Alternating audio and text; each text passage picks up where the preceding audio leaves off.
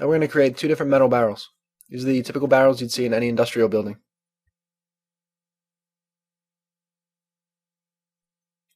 I'm going to create a circle with 22 vertices. Just going to create a simple cylinder. It's going to be 3 Blender units tall, which would be about 3 feet or 1 meter. On the right side, I'm going to load in the reference image, which can be found in the TextLib folder under the Metal Miscellaneous folder and Barrels 2.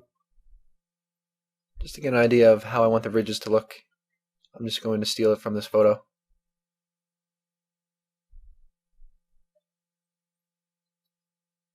Now I'm adding a few loop cuts.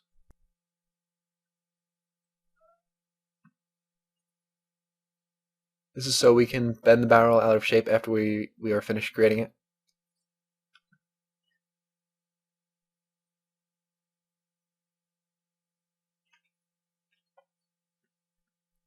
I'm creating a bit of a lip at the bottom by making a few extrusions, then extruding it up and inside to create the bottom of the barrel.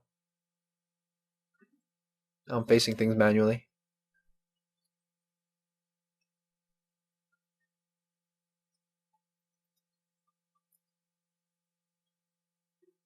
I'm going to do the same thing with the top of the barrel. I'm going to create a lip here. It's going to be a little bit bigger than the one at the bottom.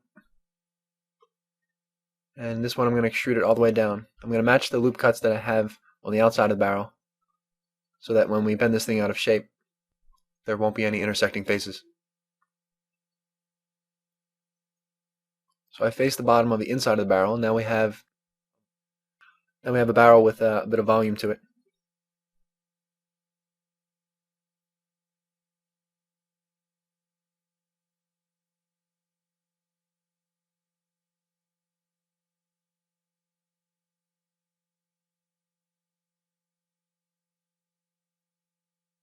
I'm going through with proportional vertex editing enabled, and I'm just making a few modifications.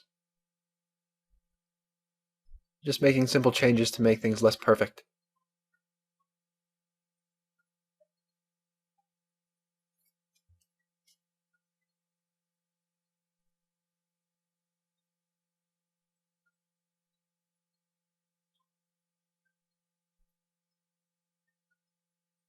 I made a seam on the inside of the barrel there, and at the bottom of the barrel there. I selected both of those loops by holding Alt and right-clicking on one of the edges. It'll select an entire loop of vertices for you. And I also created a seam on the side of the barrel there, extending vertically. Now I unwrap that. This is what we're left with. We got to make a few changes to the UVs.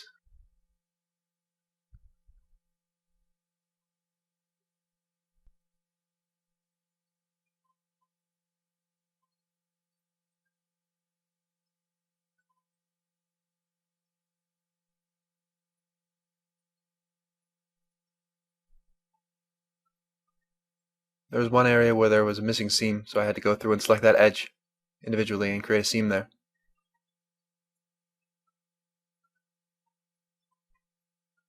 I'm going to go through and I'm going to straighten out all these lines.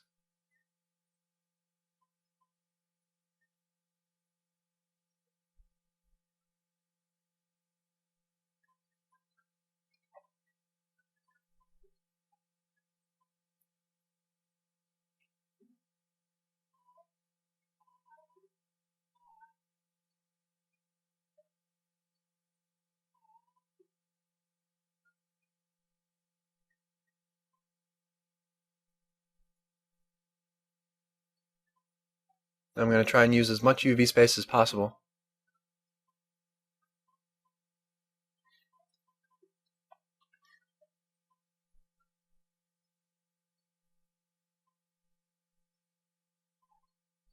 I'm going to save this in the props folder as barrels.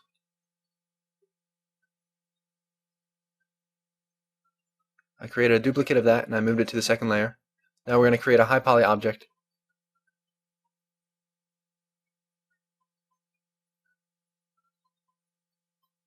I'm destroying the barrel a little bit more.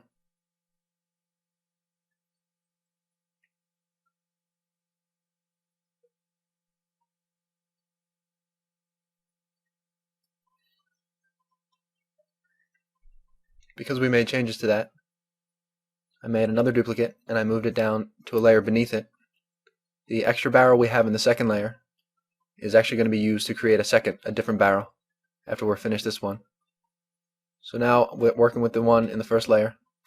I'm creating a few loop cuts and I'm moving those edges close together. Like in the introduction where I showed you how to use the different tools. To create a nice bevel, a lot of the edges have to be close together.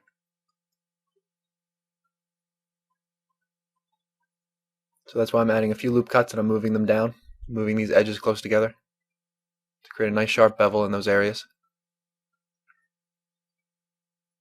Now to create these ridges, I just added a few loop cuts above and below the loop cuts we already had there. And I select the loop in the center and I just scale that up.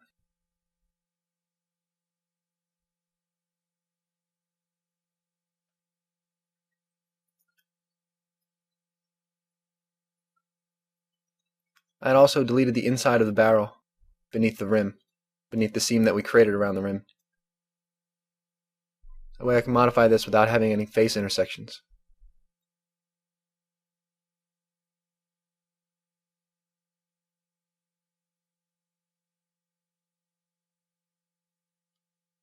Now here what I'm doing is creating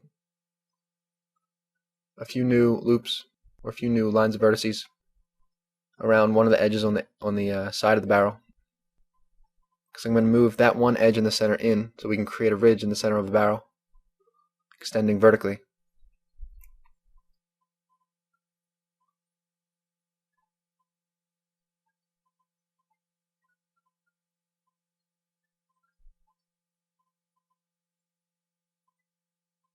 I'm going to get rid of the ridge on the rim of the barrel at the top.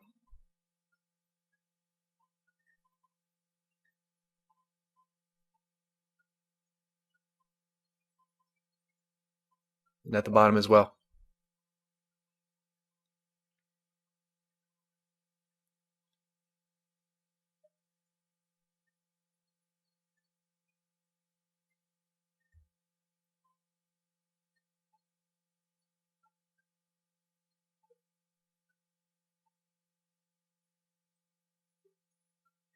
I hid that one loop of vertices and I hid the rim on the bottom of the barrel, because now what I'm going to do is create the inside of the barrel.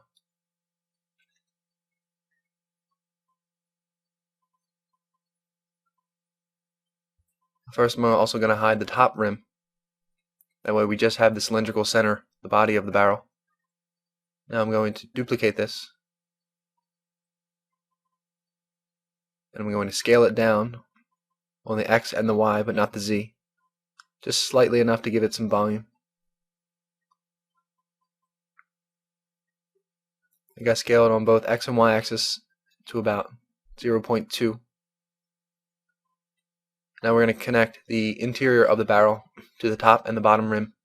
Or no, just to the top rim, and then we're going to face a bottom of the barrel for the inside of the barrel.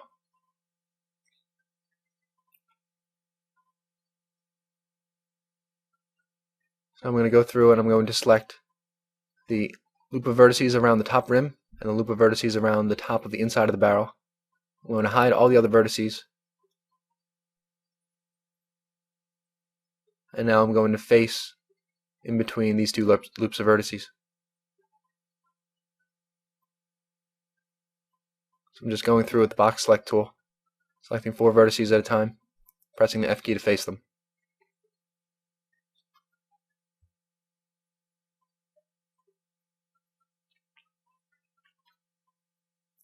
It may have seemed complicated to have gotten rid of the inside of the barrel so that we can make changes, but it actually prevented a lot of complications such as face intersections, and it made it a lot easier to create details like the ridge on the side of the barrel.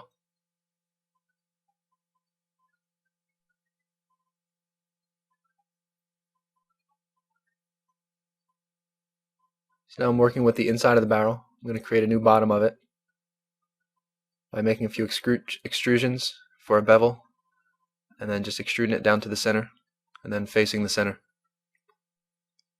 You don't have to worry if there's a few artifacts, or if there's a few triangles that are making the subsurf modifier appear ugly.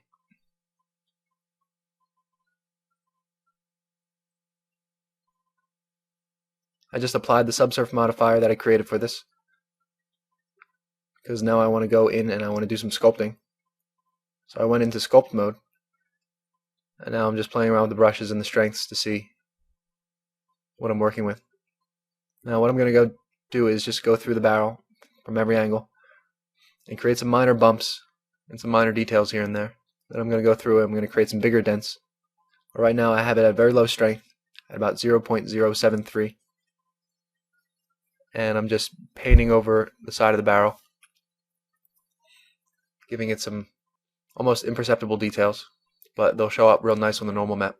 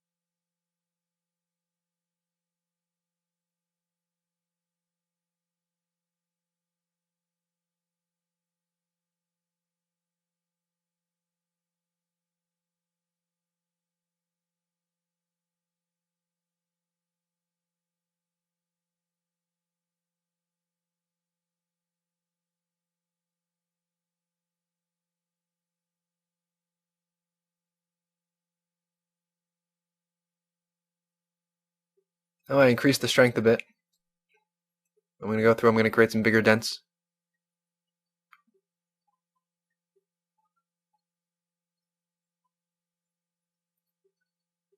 What I do is I just paint a few big dents and then I change the smooth brush to smooth them out if I need to.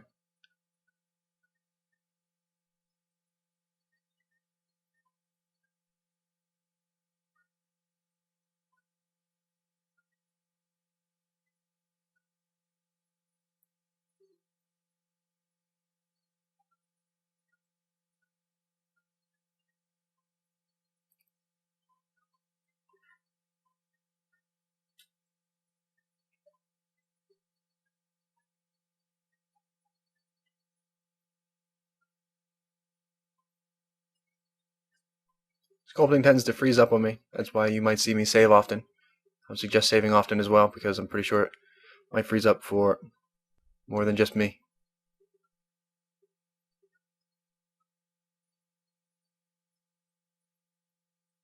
Now I change the size of the brush to something really small to create some very small ridges and metal crumpliness. I end up smoothing it out, I think, because it adds a little bit too much detail. It's not like paper crumpling, this is a metal barrel.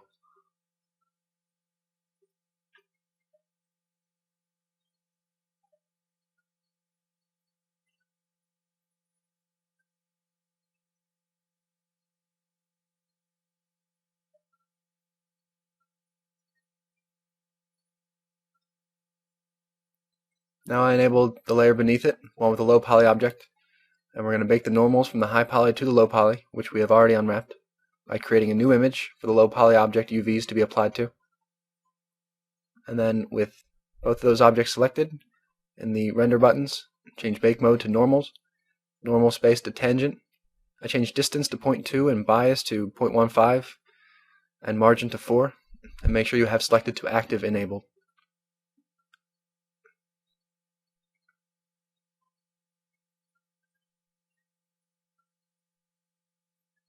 I don't know why I changed distance and bias, but now I have distance at 1 and bias at 0.15.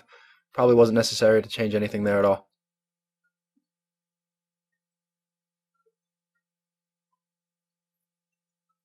That map we just baked, I'm going to go ahead and save that as barrelnor.png. I'm just moving the camera to set up a low poly barrel, and we're going to create a material for it. We'll call that barrel. Change the intensity of the diffuse up to 1. I'm going to add a texture of type image. I'm going to call that barrel nor. We're going to load in the normal map for the barrel we just created. Change coordinates to UV. Image sampling, change enable normal map and space tangent.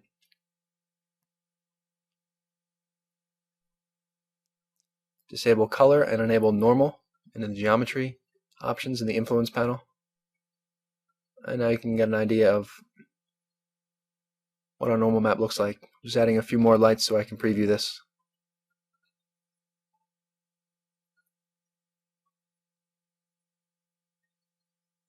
There's a few problems around the rim that we can fix in Photoshop with just a little painting. But otherwise it looks pretty good.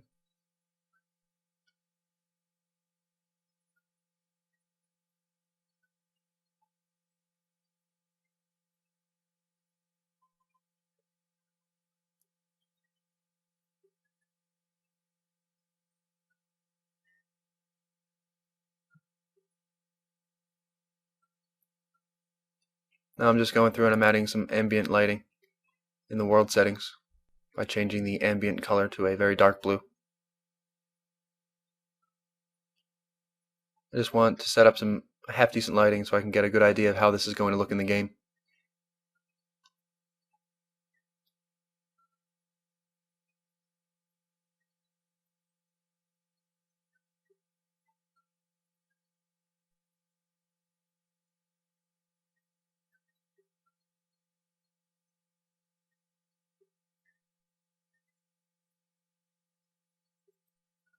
I'm going to open up Barrel Noir in Photoshop. We're going to fix those few mistakes we saw around the rim. To do that, I'm going to take a sample of a medium blue from the normal map. I'm just going to paint a strip along the top of the rim there.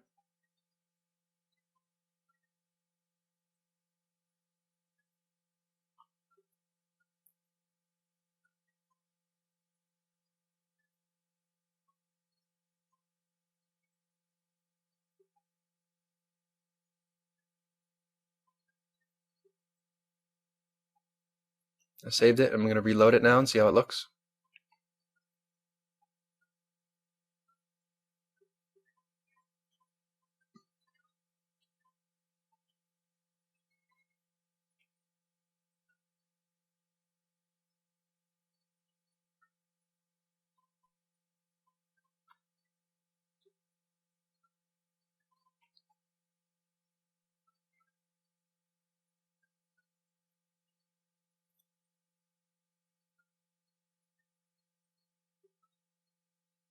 I'm going to save a new PSD file called Barrel Cal.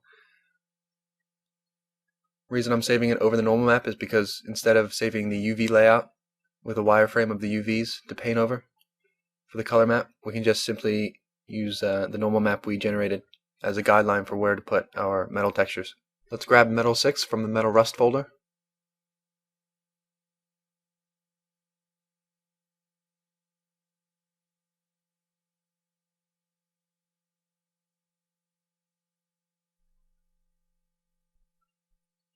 Now this base texture is going to work really good for this type of object.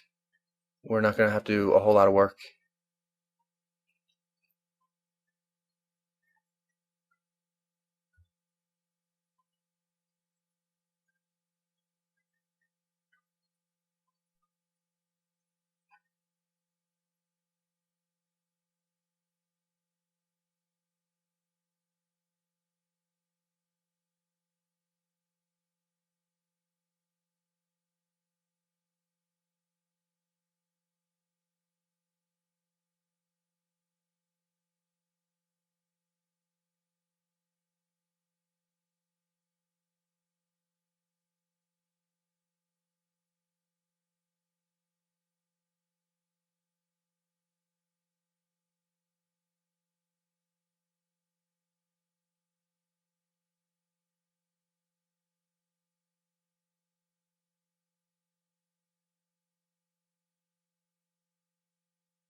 I just saved that as a color map real quick.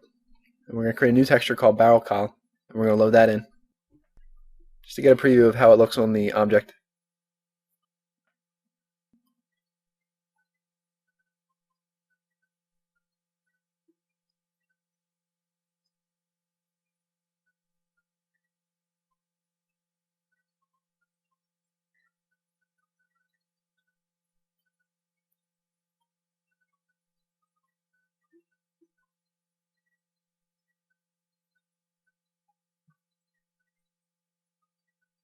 I took a sample of the rust from the layers we have hidden now, and I'm painting it over the ridges of the barrel.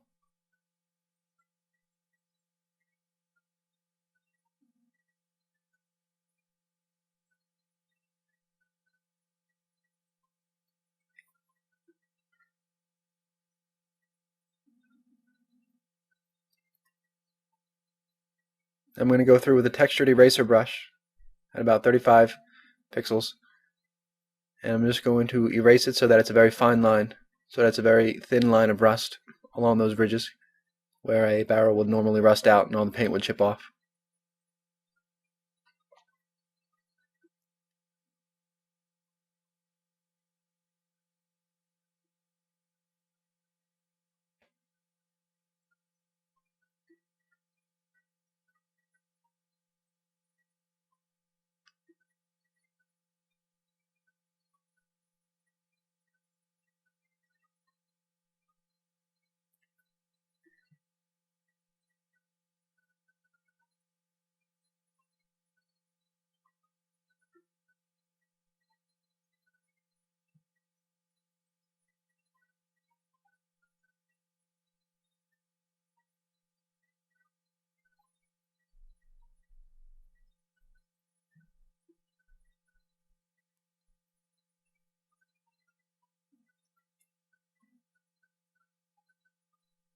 I'm going to open up a new image called Dirty Metal 1 in the Metal Flat folder. I'm going to paste that on top of our barrel textures.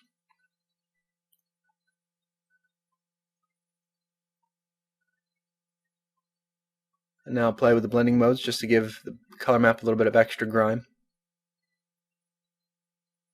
Have it on hard light, saturation turned all the way down.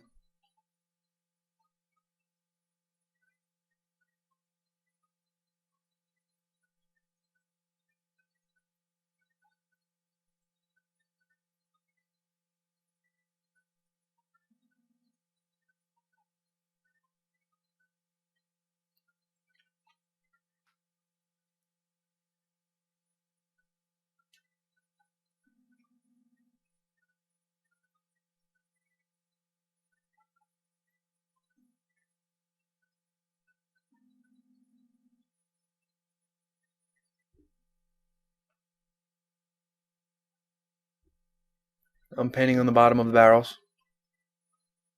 These aren't really going to be seen, especially when we bake shadow maps to them, so I'm not spending a whole lot of time on the details of it. Just using the clone paint tool, taking a sample from the color maps we already created for the sides of the barrel, just painting it on the bottom.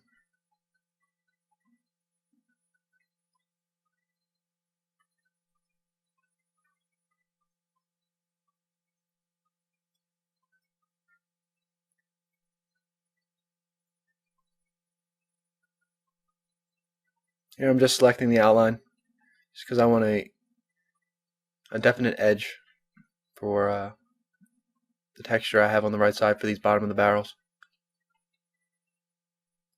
I don't know why, it just makes the texture maps look neater, makes them look more professional.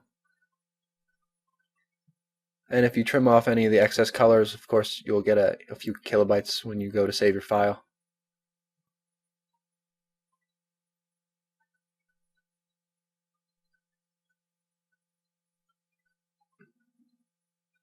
Now for mip mapping, it's a good idea to always fill the background color with a color that's average to all your other colors in your texture.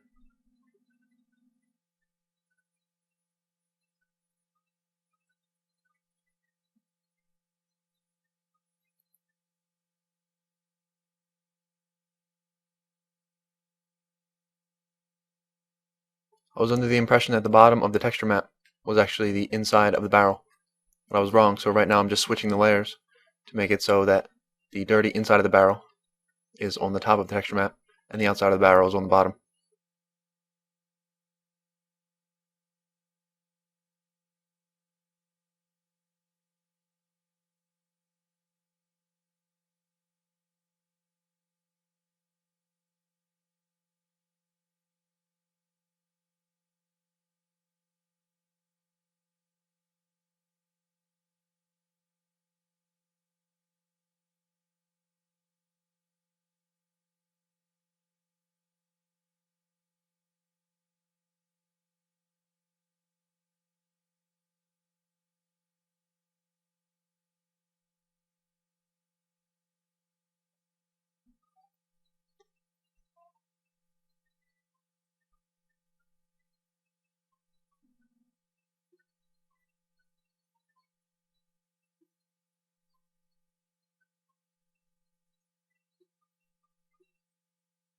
I'm going to make these brush strips a little bit thinner by going through again with a textured eraser brush.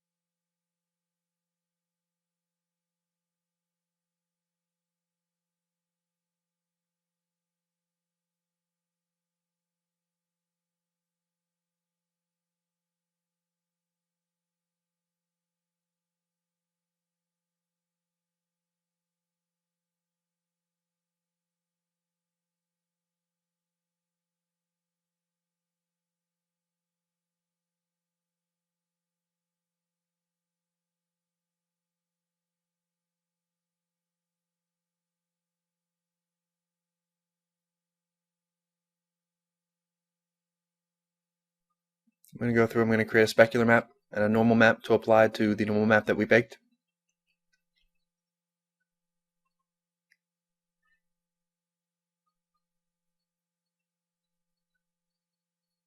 Wherever there is rust, we want that to be a nice black with maybe a few specks of white. And the paint that's mostly at the center of the inside and outside of the barrel, we want that to be a nice bright color. That's what's going to be shiny.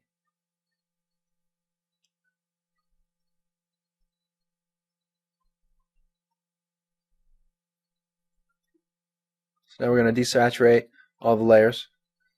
We're going to get rid of the dirt layer since actually I joined the dirt layer with something beneath it, with a layer beneath it. I joined all the layers together now. We're going to create a duplicate layer of that, and again we're going to go through and create two different normal map conversions.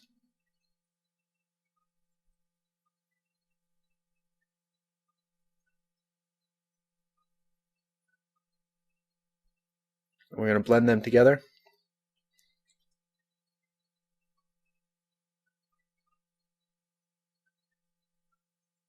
Okay, it looks like I undid all the conversions that I made. I went back and I played with the levels, and then I redid the conversions, and then I joined them together, and I made sure that I inverted the red channel.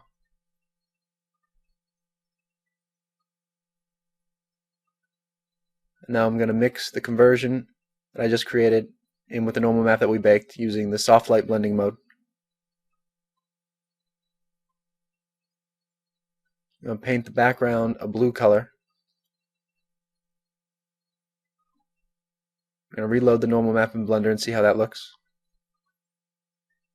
Now it's all nice and bumpy and chipped. I'm going to create a new texture called Barrel Spec and load in the specularity image. Coordinates UV, layer UV text, which we will go and rename right now. I just renamed the UV layer to color. Now we're going to have to fix the UV layer name for each of the textures we created. So for the specular texture, we disabled color for diffuse, but enabled intensity for specularity.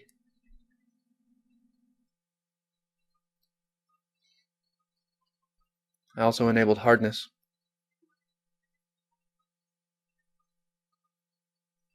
And also enable RGB to intensity, like you do for every specular map.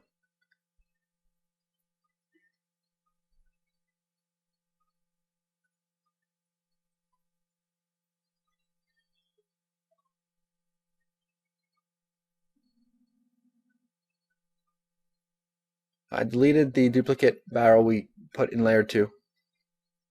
And I'm just going to duplicate the low poly barrel we have in layer 1, and I'm going to make some mesh modifications to it so we can create a brand new barrel for it. We'll utilize the same normal map and the same and we might use the same specular map. We're just going to create a different color map. We're going to create a blue barrel this time by just replacing the white paint with blue, and most of the other details will remain the same.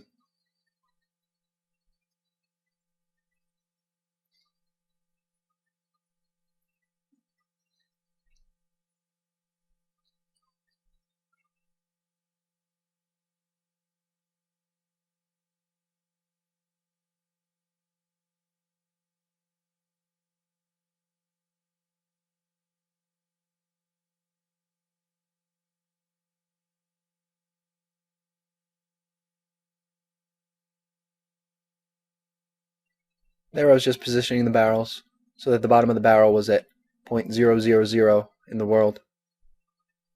Because when we link these in at groups, the pivot point for our instance objects actually appears wherever the 000 point is in the prop file. And I'll explain more about that later when we start linking things in. In the object buttons, which is the little cube icon, we're going to add a new group. We're going to call that barrel 1. So we just added our barrel prop to a group called barrel 1. I changed that name to barrel 2 since that was actually the barrel in the second layer. And in the first layer, I'm going to select that barrel and add it to a group called barrel 1. So now we have two different groups in this file, barrel 1 and barrel 2. I'm going to open the barrel col PSD file again, and I'm going to save that as barrel col 2. We're going to create a new color texture so that we can apply it to our second barrel. I took a sample of the blue color from that reference photo, and I just pasted it on top in a new layer.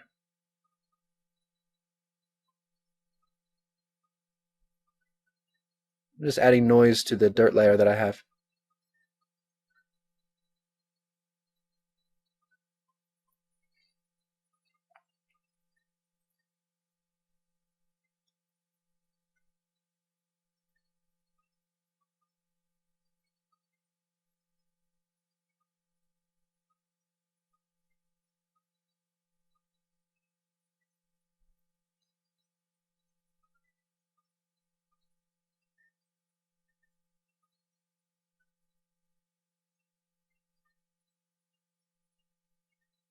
In the Channels tab, with the main layer selected, I use that circle icon, which is load selection or load channel as selection.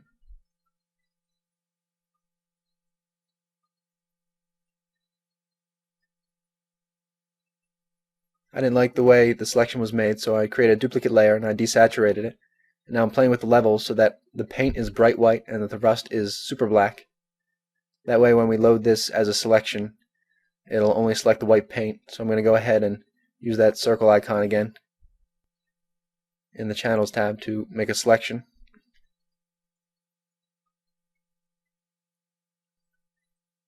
But first I'm going to do the same thing I did with the outside and inside of the barrel with the bottoms of the barrel. Create a duplicate layer, and I joined that layer, and then I made a selection using that circle icon, and we're going to go back and select our base layer and press the delete key to get rid of all the white paint, and then the blue layer beneath it is going to show through. So now that it looks like we have blue paint.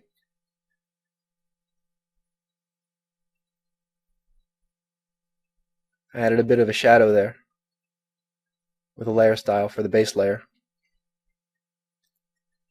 So making blue paint was just a matter of duplicating the base layer, playing with the levels after desaturating it so that the white paint really shines through, and then going to the Channels tab, using the circle icon tool to load that as a selection, and then deleting the white paint off of the base layer so that the blue paint in a layer beneath that shows through. I'm going to save that as barrel col 2. I'm going to go to the second layer, and I'm going to create a new material for this barrel called barrel 2. And in the texture buttons, I'm going to create a new texture in the same slot the barrel col was in. I'm going to rename that barrel col 2. We're going to load in the new color map we just created, and that should be that. We're going to keep the same specularity map. We're going to keep the same normal map.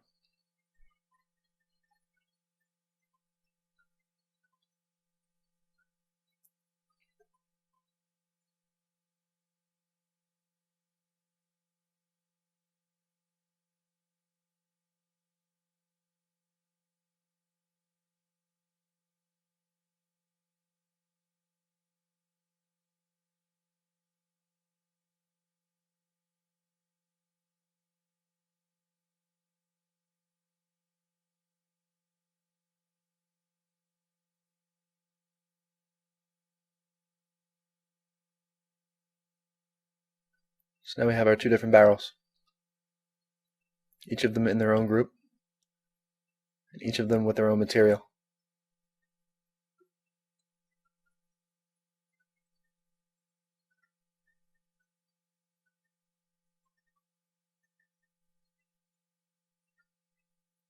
Covered in this section, we're going to create a wooden pallet.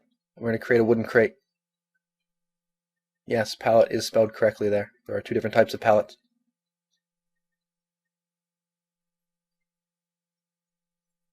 In the text lib folder, go into wood, planks, and beams. We're going to open up image palette, which is actually spelled incorrectly in the file name.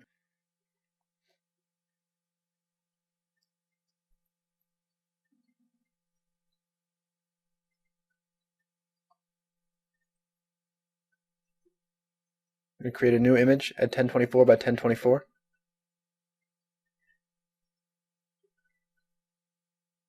And in the same folder, I'm going to open up nothing. Sorry.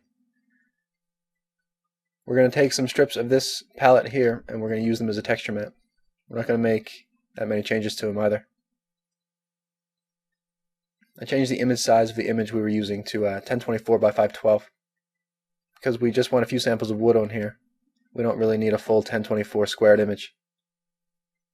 So I'm going to take a few samples of wood here, just like we did before when we were texturing whatever it was we were texturing.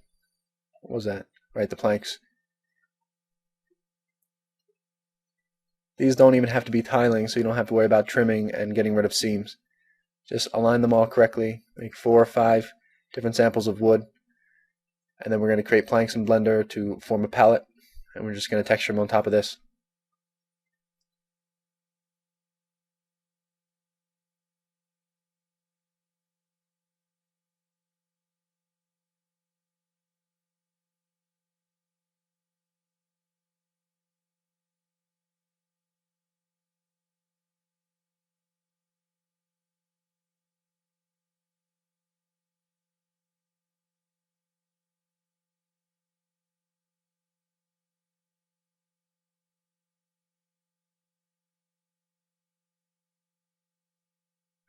I'm going to save that,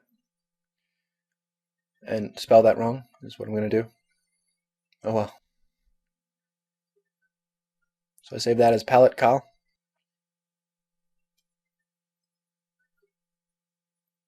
And in our new file, our new blend file, we're going to load in that palette image again to use as reference for when we're building the mesh.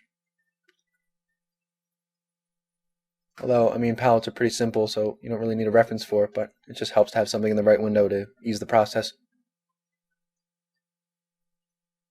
Making this dimensions about 4 Blender units long and about 2.5 wide, and maybe 0.4 Blender units tall.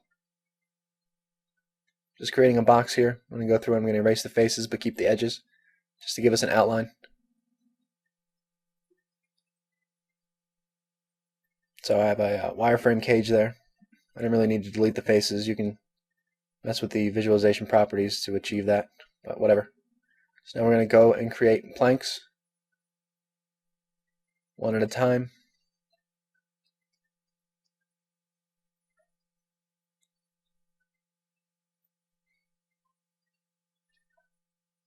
I'm going to select all those edges and mark it as a seam. Now with this particular plank, I chose to use project from view when unwrapping the UVs. To do that, I just chose the top and bottom face in top view, and then press the U key and then choose project from view. And I would do the same in front view. I would select the front and back face and then project from view, and so on.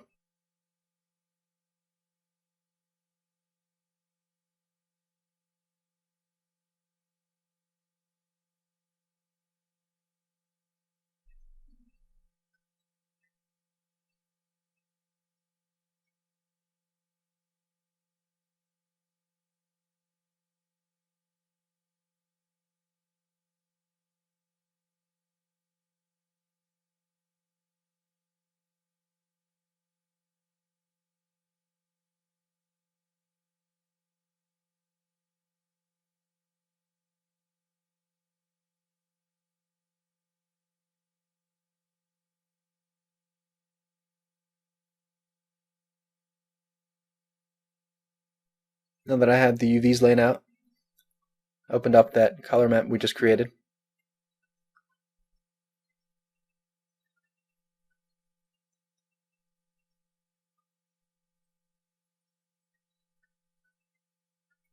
I moved the UVs on the ends to a different wood sample so that they would look different and darker. I'm making sure that the sides of the plank here don't have any nails in them, because that would just look weird.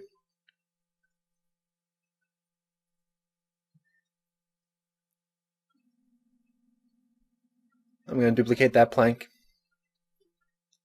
Choose a different wood sample for the UVs. I'm going to do the same thing until we have all of our planks.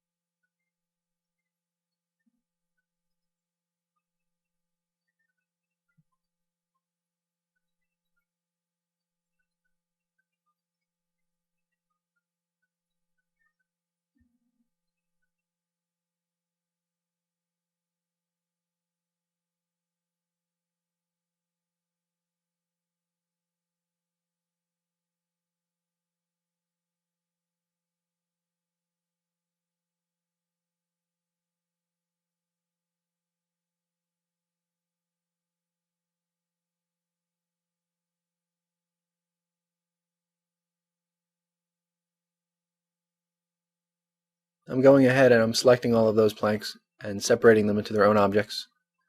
And then I transform the origin to the object so I can center it. Now I'm creating some planks on the side here to go underneath the top row of planks. I'm going to create 3 of them, one on each side and one in the center.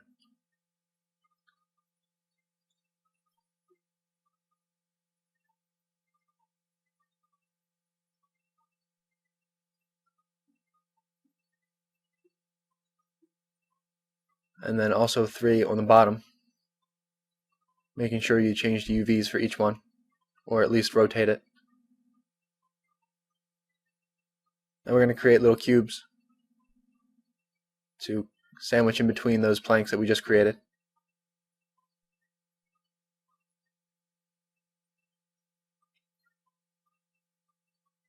I erase the top and the bottom face there, just because they won't be seen since it's sandwiched in between 2 planks.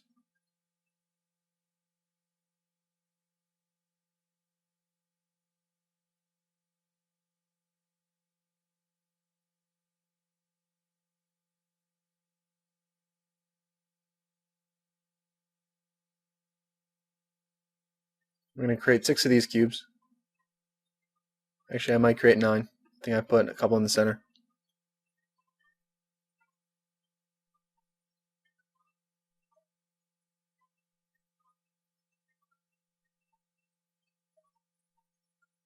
And there's our basic palette. We're going to make a couple of knife cuts later on, so we can modify the look of it, make it look a bit more realistic and imperfect.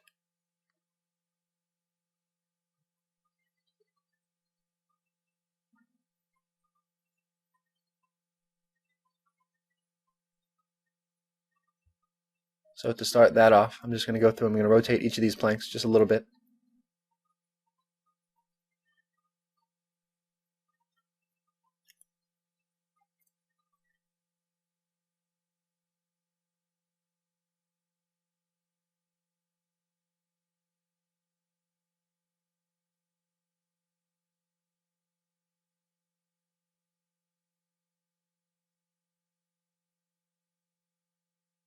Now I'm going through and I'm making a few knife cuts. I'm pulling a plank up or sideways here and there.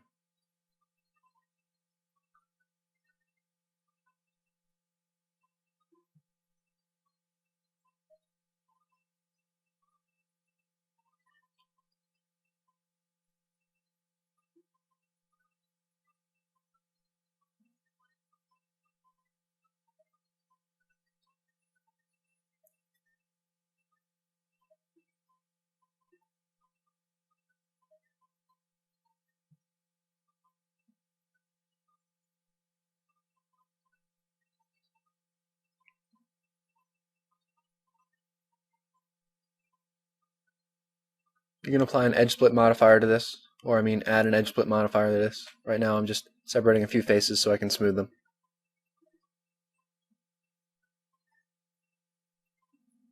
I'm going to save that as palette with the wrong spelling. Again. Idiot. We create a new material called palette. Change the intensity of the diffuse to 1, the intensity of specularity to 0. I'm going to create a new texture. We're just going to load the textures in like we've been doing. Renaming them, changing the coordinates, changing the UV layer name.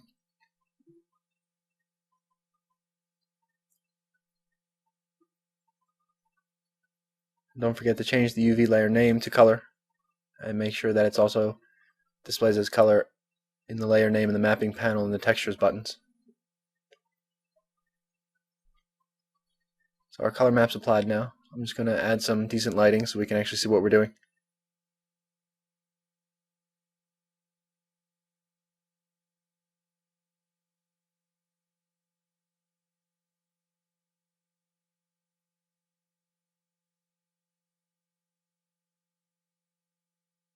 Or we're going to create a bit of a normal map.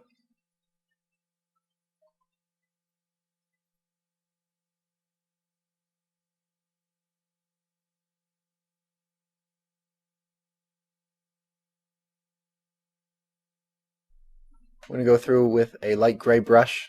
I'm going to paint over all the nails so that these really stand out when we create a normal map.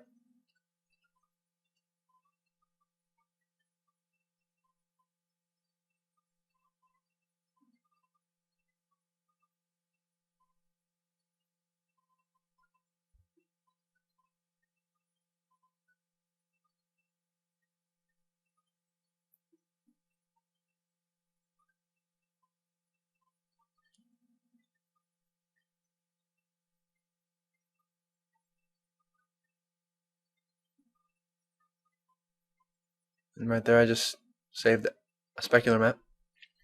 We're going to load these two textures in. First the normal map.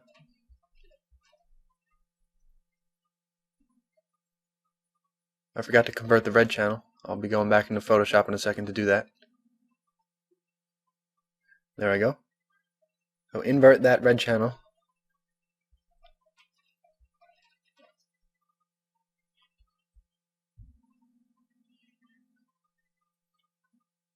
And now the specular map.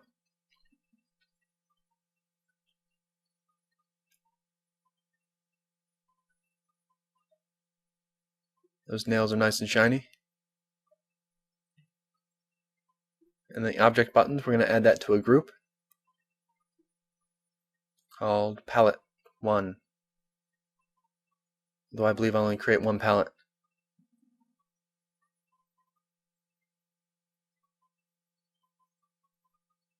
I'm going to go into object menu and transform the origin to geometry. Although it doesn't really matter because when we load this in as an instance in our main environment file, the origin depends on the position in the world in the prop folder. So make sure that your center point is at 0, 0, 0.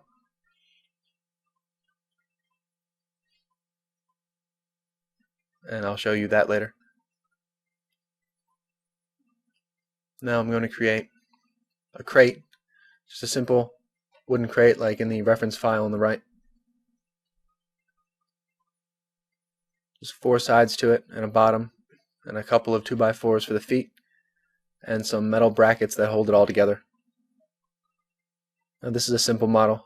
We're going to unwrap things the same way we've unwrapped things since the beginning.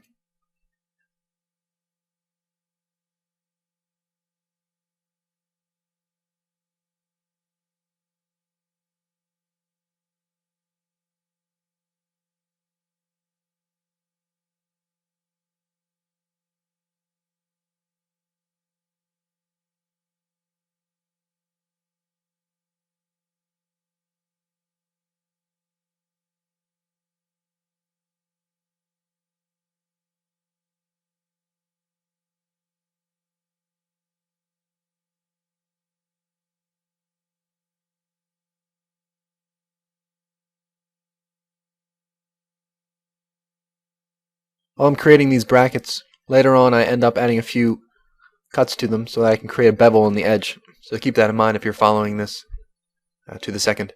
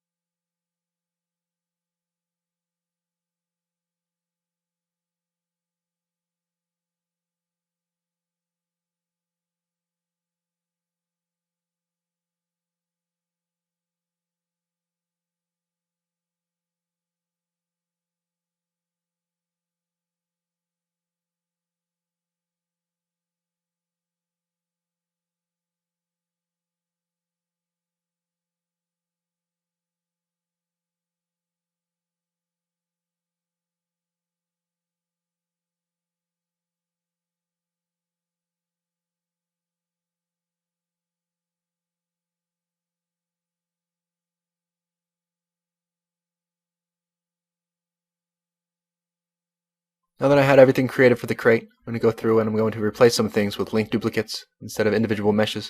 It's going to make things easier when I unwrap it.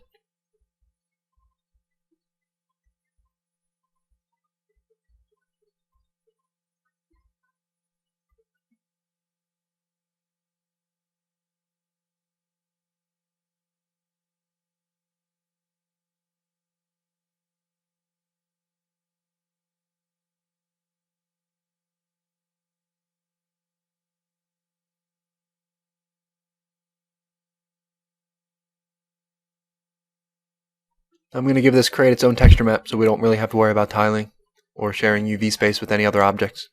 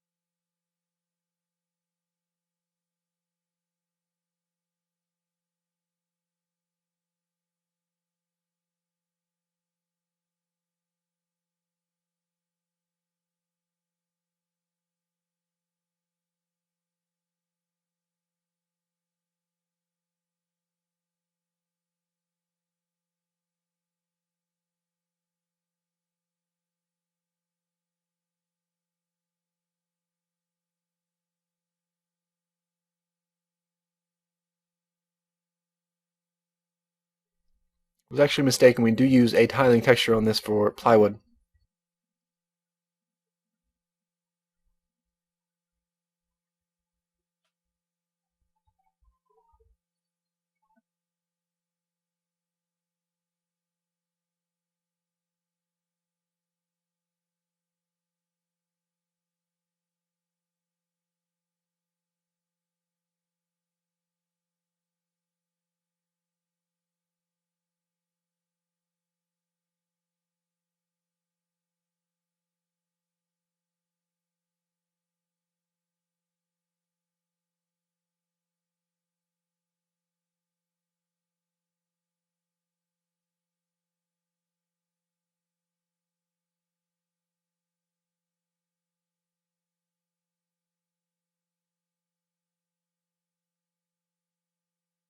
We're going to export that UV layout like we've done before.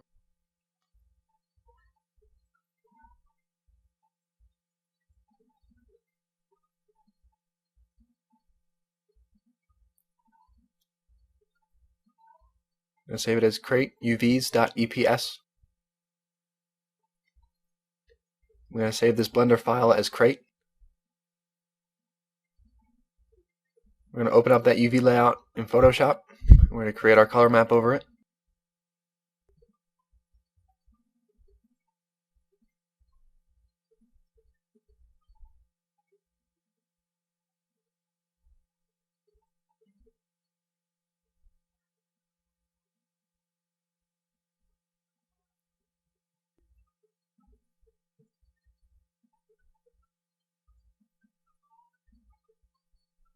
In the Wood Sheets folder, we're going to open up sample Plywood 1 and Old Ply 1 and New Ply 2.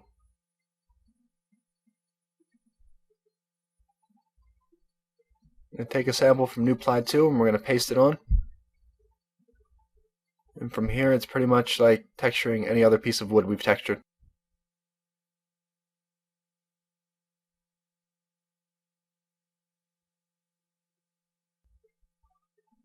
I'm going to take a sample from Old Ply and blend that on top just for the extra grain and details.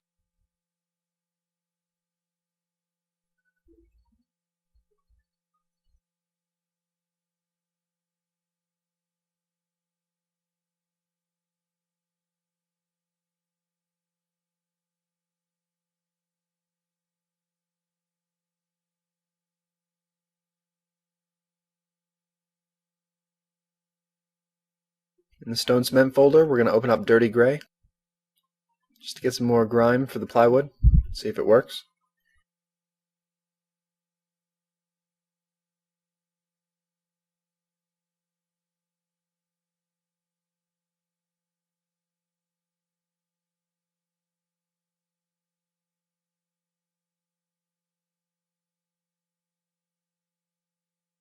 Have it on soft light blending mode. And now I'm going to play with the levels, see if that does anything. I'm going to desaturate it, and that looks pretty nice.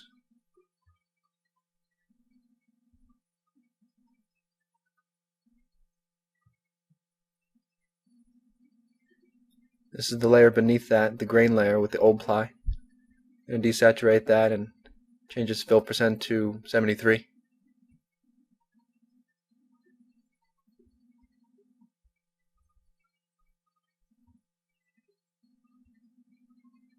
Now again, I'm just messing with levels and blending modes for each of the layers to come up with something half decent. It's not a clean process, it's really just whatever looks good. Whatever way you can find to mix these photos together.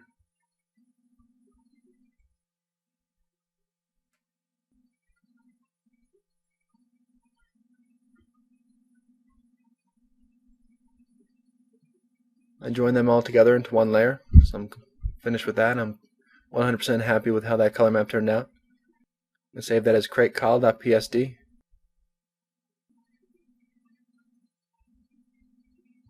I'm going to change the image size to 512 by 512 since we don't need that much detail for these little crates.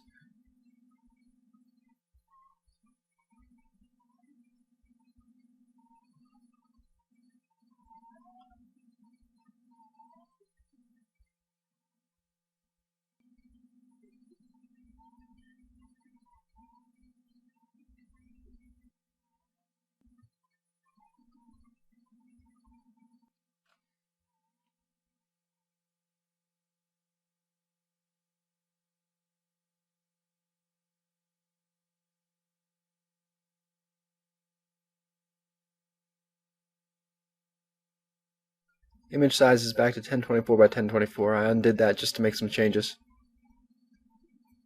Or maybe I thought it was too small of a texture map.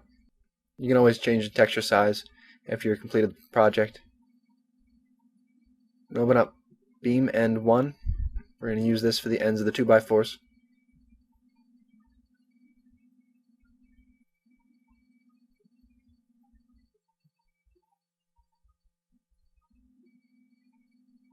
I'm going to sharpen that up. I'm I'm going to go back into the wood planks and beams and open up beam N2. I'm going to paste that in, stretch it over the UVs for the end of those 2x4s.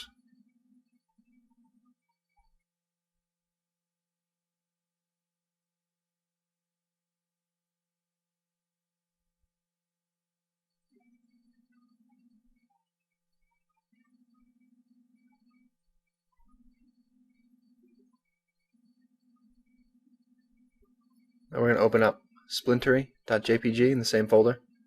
We're going to take a sample of that.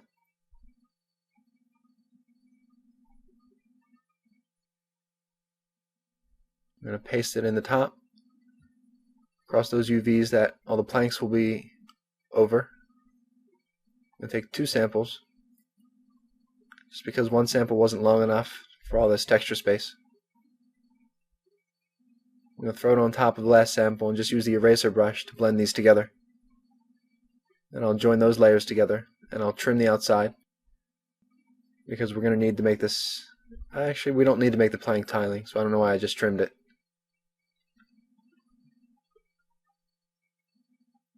I'm going to take a sample of the splintery wood and put it over the top of the ends of the planks, the wood beam ends.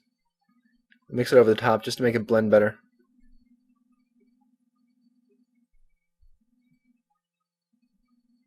And I am going to get rid of the seam for the planks at the top, because I guess I do anticipate making them tile.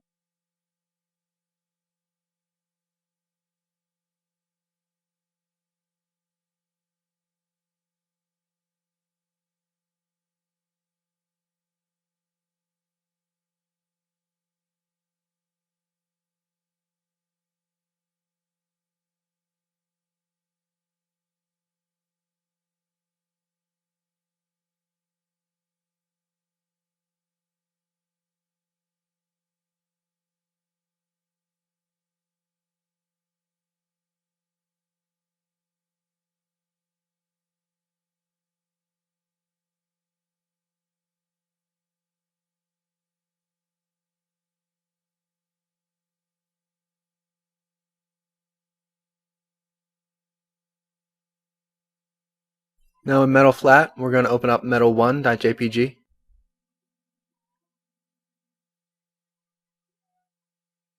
We're going to use this as the base metal texture for those little metal brackets that hold everything together. I'm also going to open up Old Dirty Scrape. We're going to mix these together as good as we can and try and come up with something decent. I also add a rust layer over the top of these, I believe.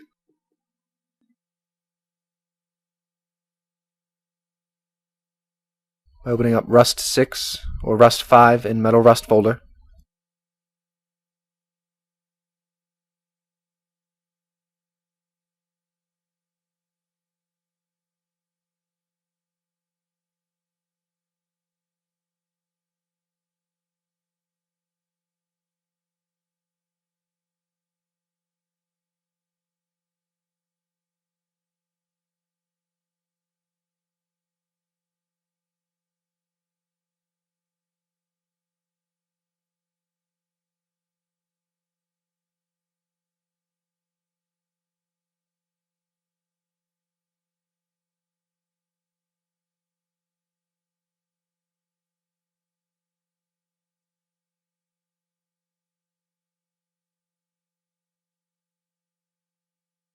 There I just used that Load Channel Selection tool in the Channels tab just to get rid of some of the detail in the rust texture so that it will blend better with the layers beneath it.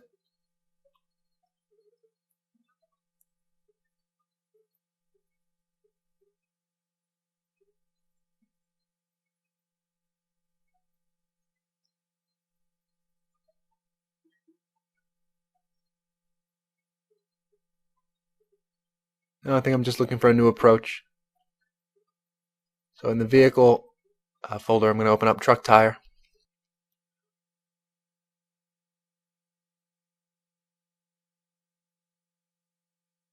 I'm going to pull some of the bolts from that tire image, and we're going to throw them on these brackets. End up putting down 5 or 6 and then scaling them down a lot smaller than I have them now.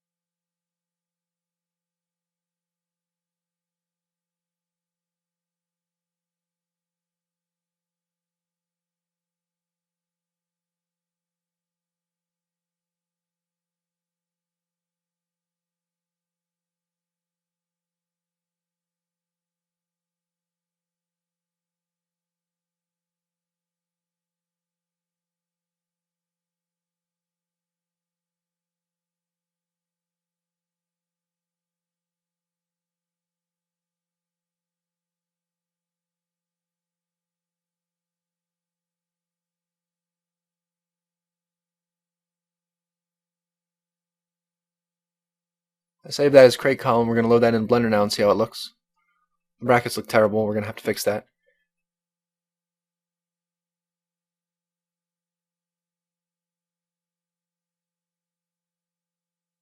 They're too rusty and the wood's not nearly bad looking enough or damaged looking enough to have that kind of rust on the brackets. So we're going to end up desaturating that and lowering the rust. We're also going to make these bolts a lot smaller than they are.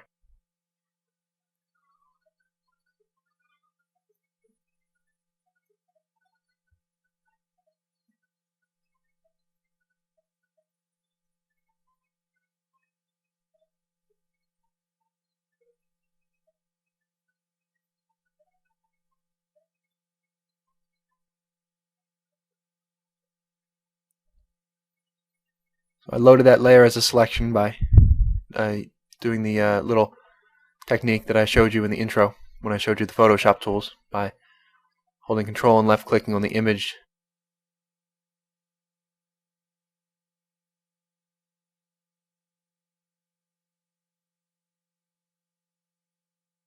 So I just totally got rid of the rust.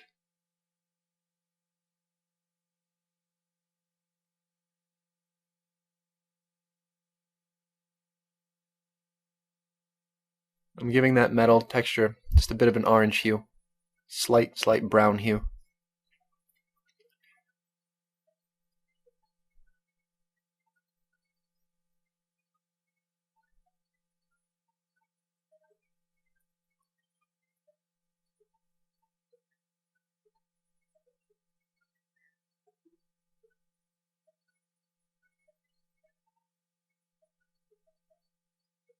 I'm going to save that, reload it, see how it looks. Everything blends pretty well now. Just changing the UVs for the ends of the beams at the bottom.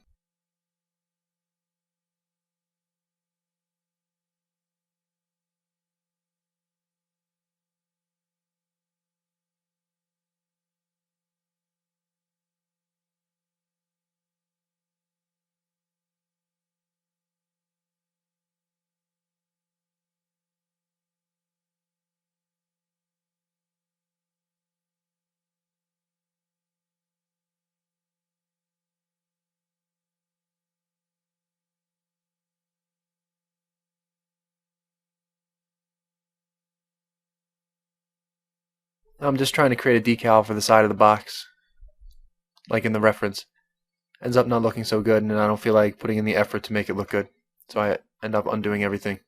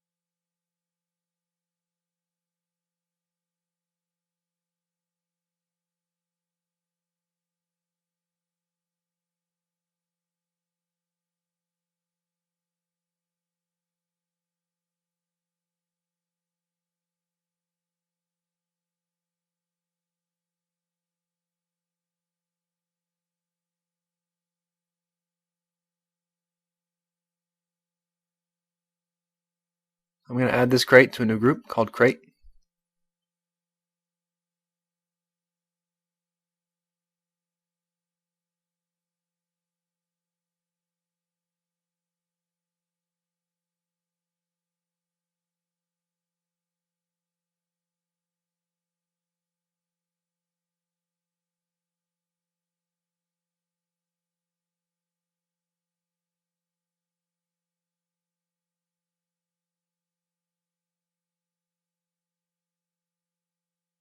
I'm just going to break this down a little tiny bit.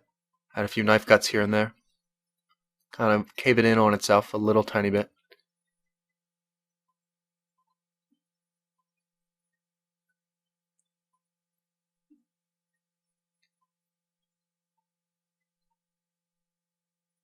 We're going to open up Stone Cement folder. I'm going to select Cement 1 and Stained. Just seeing if I can add another layer of dirt on top of this plywood.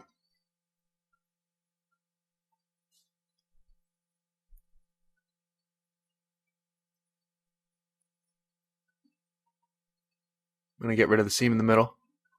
I'm most likely going to use overlay blending mode.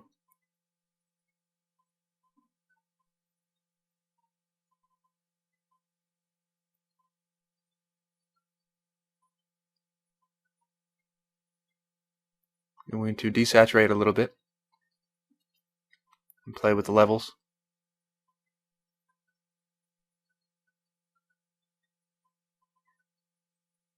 I'm going to save that and reload in Blender, see how it looks.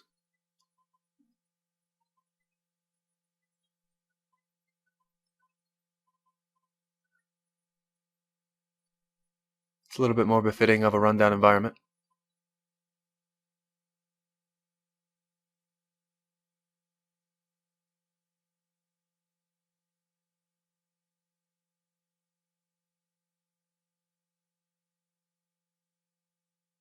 Now we're going to create a cinder block. We can place this all around the environment. We're going to use just a few polys for it. Doesn't really need to be that detailed. We're also going to do some sculpting to create a normal map for it.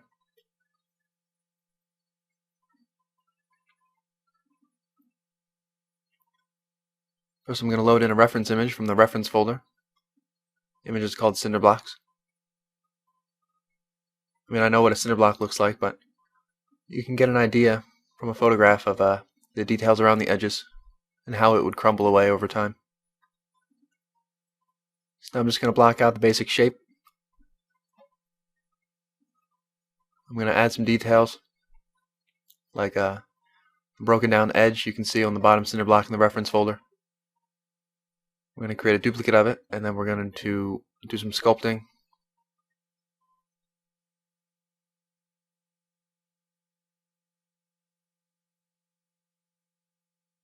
And we're going to bake the high poly meshes normal map onto the low poly object.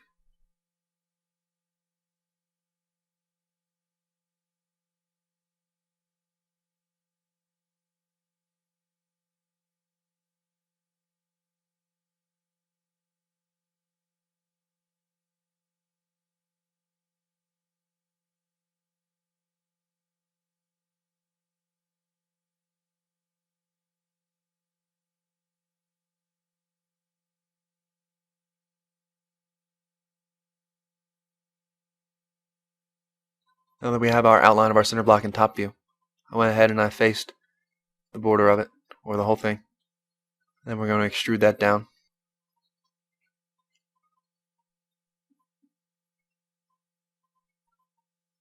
I'm creating more vertices where I need to so that I can face everything with quads instead of triangles. Just makes the mesh cleaner and will help if we want to create a bevel for it. Like I'm doing now, I'm adding a few loop cuts. So I can create some details for the low poly object. We're not working with the high poly object yet. Using the knife tool to create some edges towards the sides of those the center extrusions.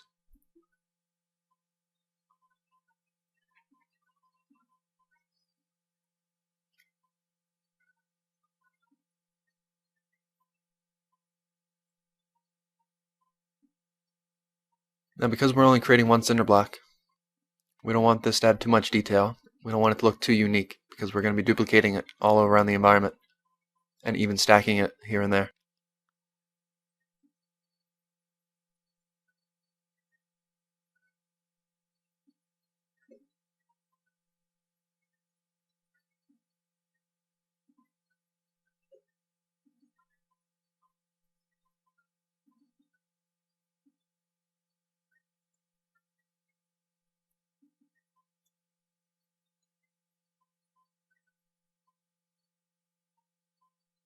I'm just pulling a few vertices here and there to make it uneven. Although we don't want too much detail, we also don't want too little. If we just have this square block and we duplicate it around the environment, it's going to stand out like a sore thumb, because everything else is messed up, broken down, and beaten up.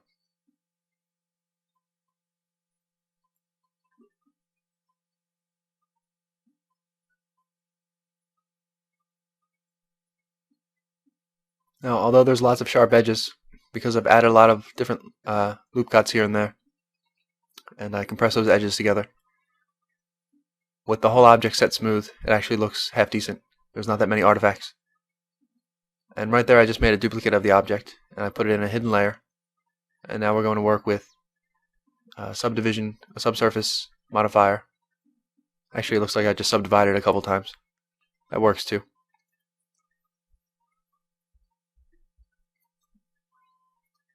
And then I chose the smooth option in the W specials menu. Could have also used subsurf and did a couple subdivisions that way. But I subdivided a few times, and then I smoothed it a couple of times to smooth out all the sharp edges that many subdivisions gave us.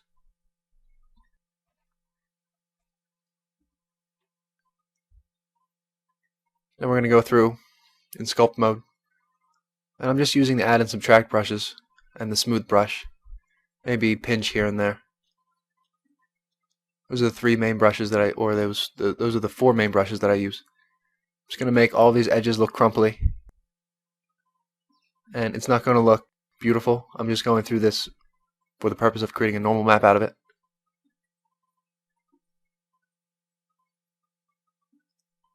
And this normal map that we bake mixed with a texture that we convert to a normal map is going to work well together. We're going to have a decent looking cinder block in the end. So here I'm just mainly focusing on the corners and the edges,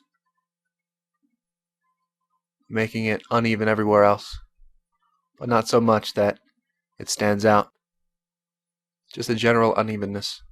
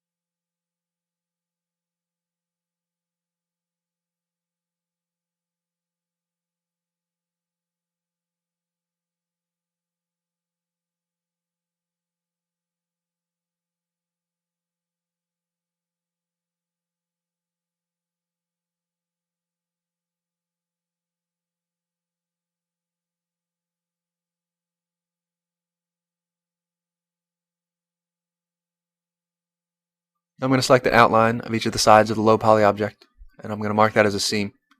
We're going to unwrap the low poly object now, and we're going to bake the high poly normal map onto it. So I have two seams on each of the sides here, so we've separated those as panels. And I'm creating a seam along the front as well. We're going to separate the front and the back as panels. And each of the loops of vertices around each of the holes, top and bottom, we're going to create a seam. And then we're going to unwrap each of the holes interior by creating a vertical seam inside of it.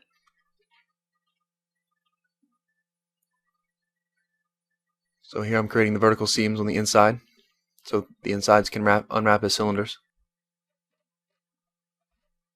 And we missed a seam somewhere, that's why we had a bit of a mess there.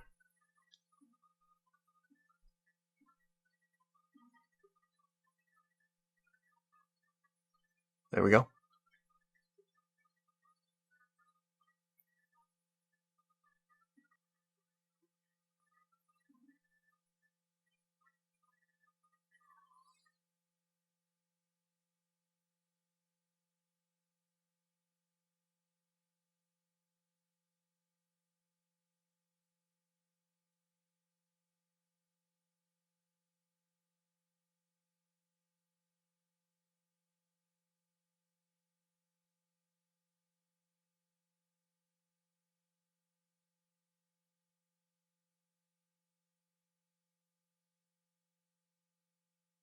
I'm going to fix the UVs, make them all proportional.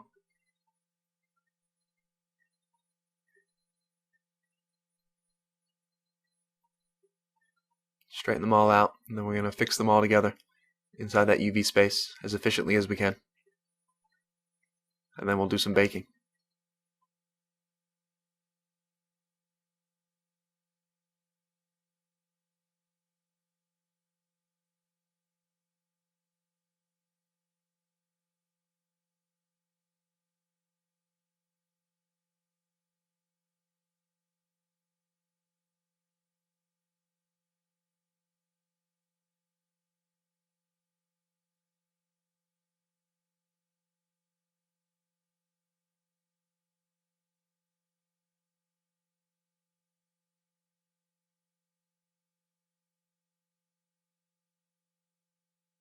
I am the Tetris champ, by the way.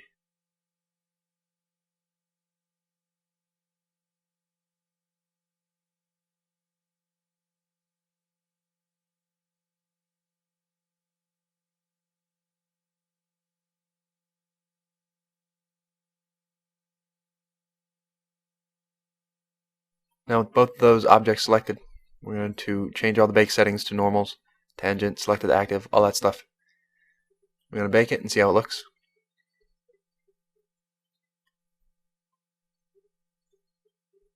To see how it looks applied to the object with lighting, we're going to have to create a new material for it.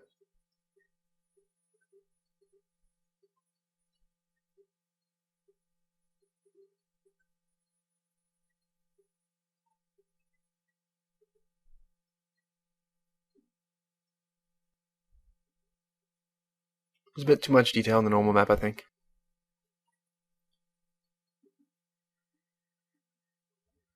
But I'm going to save that. Center block nor.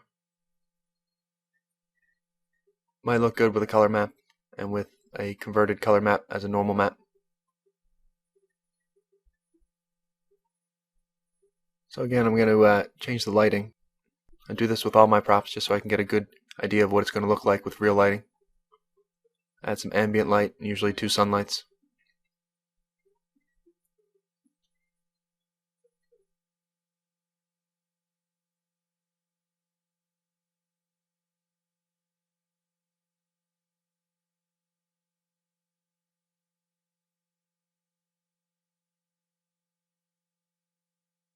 I'm going to delete all the black space, and I'm going to paint a nice blue in there.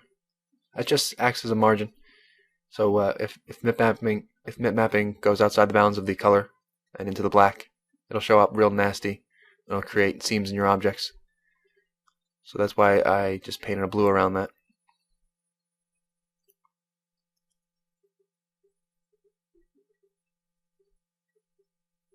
And I'm going over all the details now with a blue color and a low opacity brush, just to kind of drown out the details a bit, because they were showing up a little too strong in Blender. Well, they weren't showing up too strong everywhere. Just the parts that look crumbly, they were too detailed. That's why I simply just didn't turn down the normal value in the texture, and instead went over it with a light opacity brush to drown them out.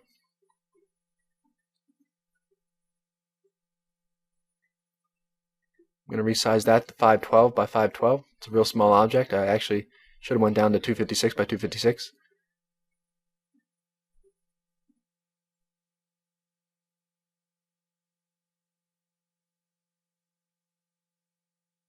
Well, it's all a matter of how big your environment is and how many resources are being taken up. That decides how detailed your textures can be. Now we're going to create a color map. So in the stone folder, actually let's go back and open up stone cement. Open up clean concrete. That looks fairly decent to use as cinder block texture. I'm going to take a sample of that.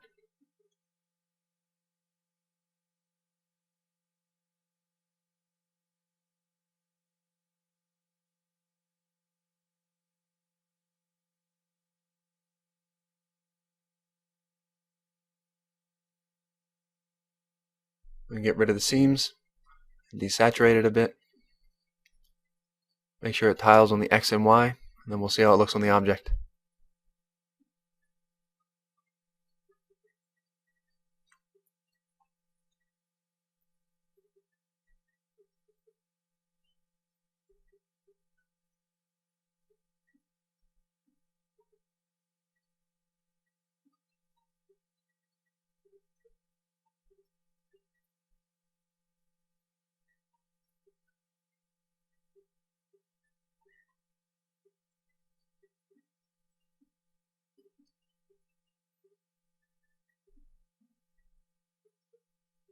So load that in with UV coordinates, and looks half decent.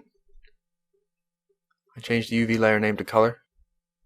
Make sure you compensate by changing the UV layers in each of the textures to color as well. Else your texture display will be screwed up. I don't know why I keep forgetting to change the UV layer name, but it happens.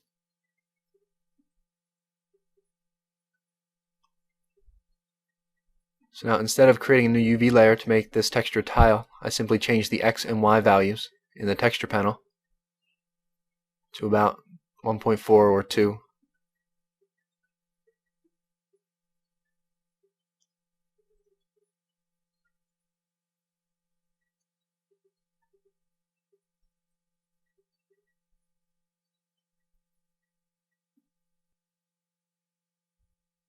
I'm going to take this color map.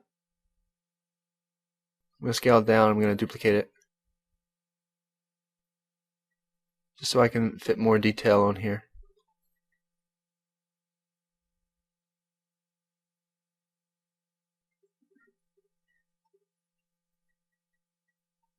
That way I won't have to change the size settings in the texture panel. So I can bring those size settings back down to 1 by 1. And that looks good the way it is. I'm going to copy that. I'm going to paste it over the top of the normal map. And I'm going to convert it using a 3 by 3 sample. Actually, I undid that, and I'm going to go ahead and make a duplicate layer and create 2 conversions like we normally do. Invert those red channels and blend it down with soft light. And save that normal map, reload it in Blender, and I hope it all looks good. And it does, just gives us a little extra bumpiness. So we have a decent little cinder block here. It's not mind-blowing, it's a cinder block though. I'm not going to spend a whole lot of time when we have a very large environment to fill with lots of props and stuff.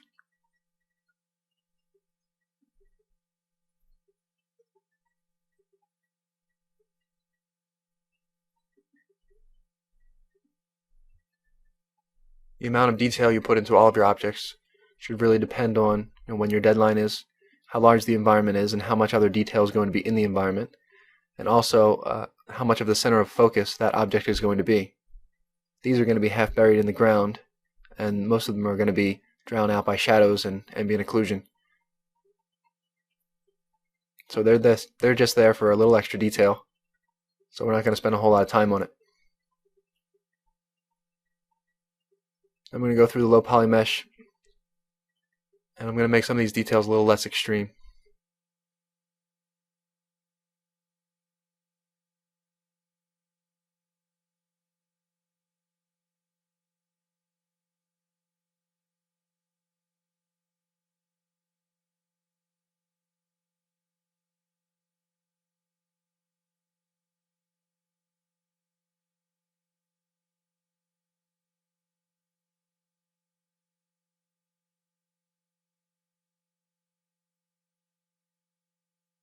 I'm going to transform the origin to geometry, and that's that for that. And covered in this section, we're going to create a hanging light fixture. We'll be working with glow maps in this.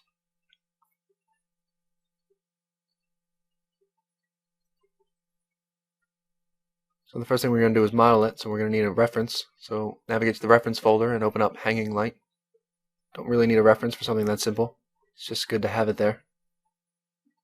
So let's now make a simple geometry that creates this light fixture.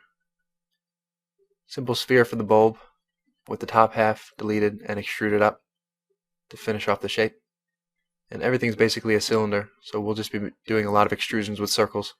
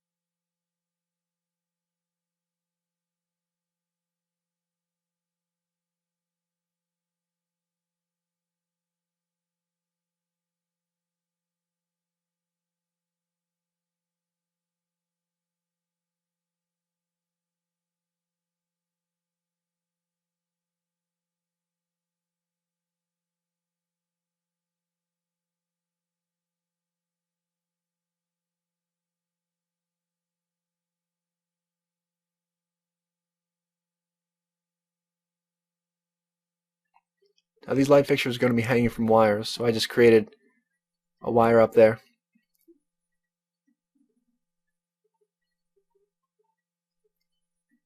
And now we're going to create two wires coming out of the top that intertwine together and rotate all the way up to meet with the top wire at the top.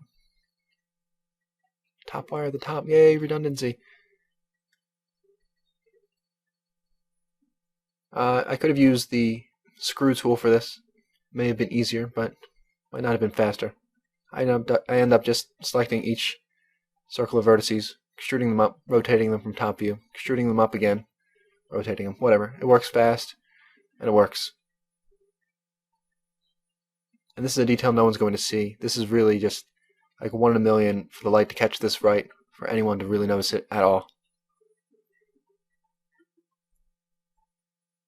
So I don't even know why I'm going through and fixating on a little detail like this in the first place.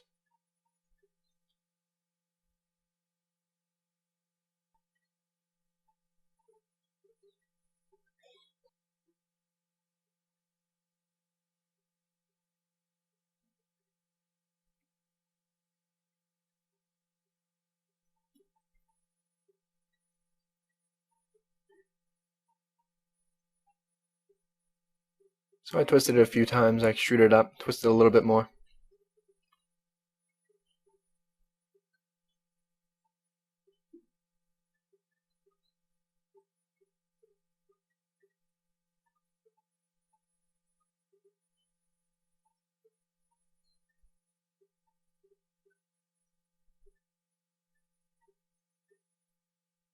Now I wanted some kind of connection. I wanted these wires to somehow connect to the top wire there. so I kind of extrude it into it.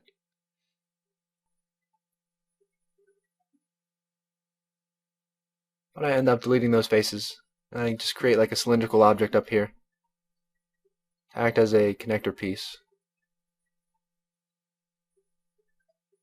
Oh, it's got a little bit of a weird bulbous shape to it. I'm not sure what it's supposed to be.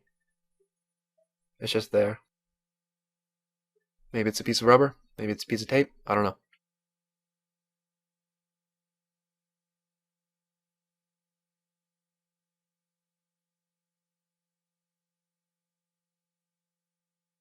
Here I'm just creating a little hanging disc at the top of that twist of wire.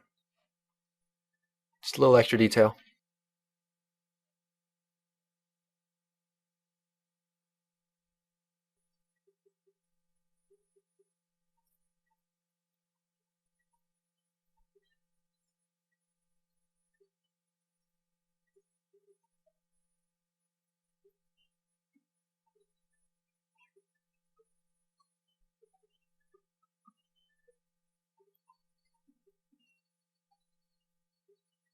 I'm getting rid of a few excess faces here and there.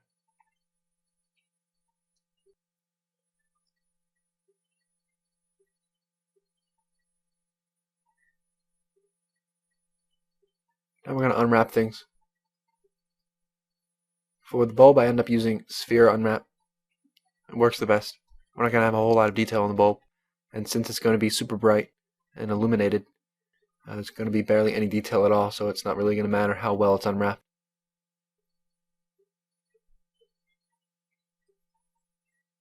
Here I'm just trying to figure out the best way to unwrap this, because in the beginning I expected more detail to be shown.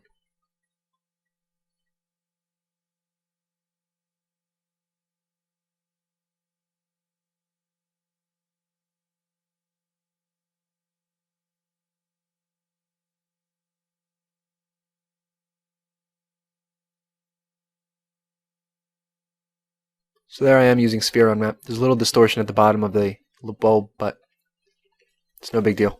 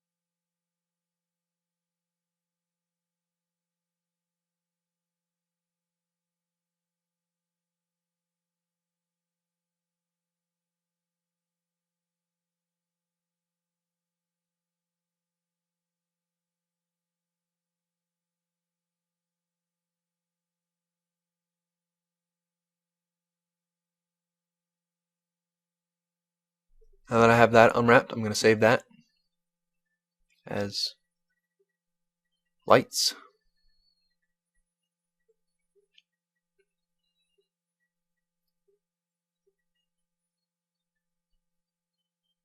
I'm going to make a few quick changes to the UVs here.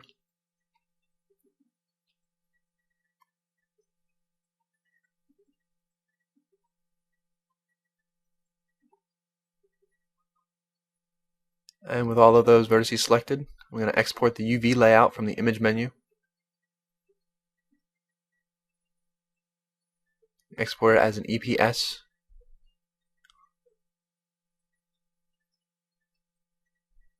I've never exported as the other one. I just know that EPS opens up in Blender. In Photoshop. I'm going to open that up as a 512 by 512. And now we're going to do some photo manipulation. I'm going to create some textures here.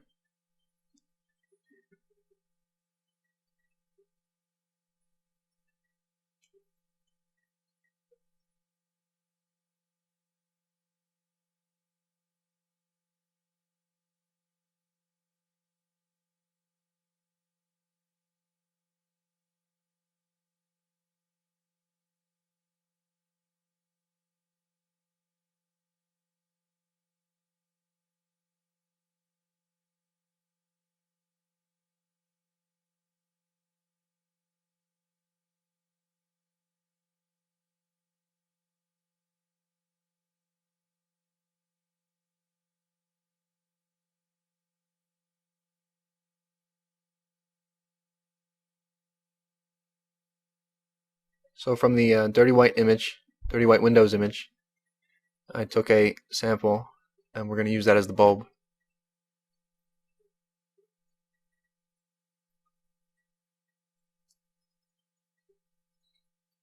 I'm going to adjust the layers. Now when we create a glow map, the white parts of the glow map will mean that the color map will be illuminated 100%. Now understanding that, what I should be doing here is creating a bulb texture that is almost purely white, since we want to give the illusion that these hanging lamps are actually illuminating the environment. We should really be cranking the levels up to where it's almost purely white with maybe just a couple of specks of dirt. And I end up going through that later and doing it. I thought I could achieve more of 100% illumination with a glow map, but that's not possible. So your color map has to reflect how bright you want the color texture to look in Blender, which in the end it makes sense. And you'll see what I mean when we start working with it. In the metal flat folder, I'm going to open up Old Dirty Scraped again. This image has really come in handy.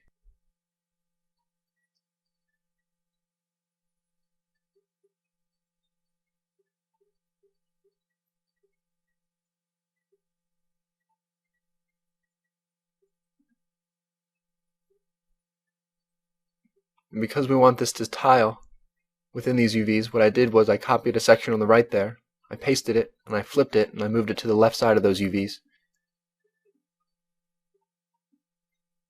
That way they'll pretty much join together perfectly when you wrap them around the cylindrical object.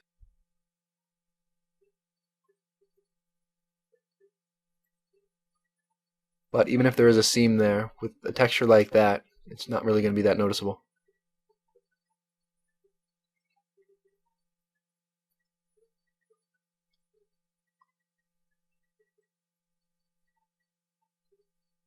Now moving some of the UVs on top of that metal texture we just made, or we just stole from a photograph. Which pretty much means I wasted a little bit of UV space by reusing that one texture and that one metal texture. But that's alright.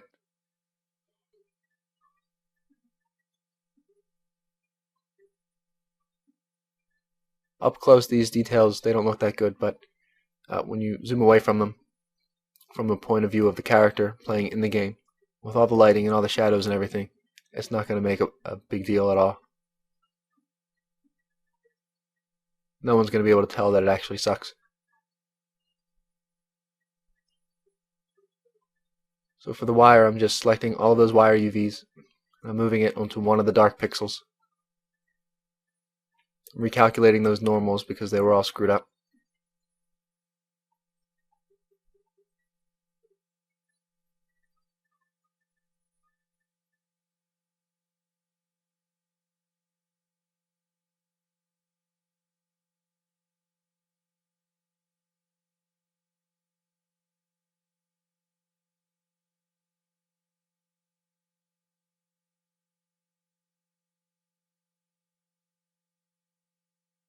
I threw down a nice dark gray color on the right side there.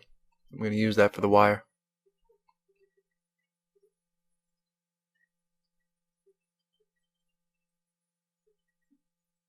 Some of the normals were screwed up, so I'm selecting those faces and recalculating them, or flipping them. To recalculate faces is Control and N. To flip them is in the Specials menu, which is the W hotkey. Now I'm adding some lights to light our light. See how it looks. And we'll create a specular map, normal map, and a glow map. Add a new material called light, and you know the drill from here.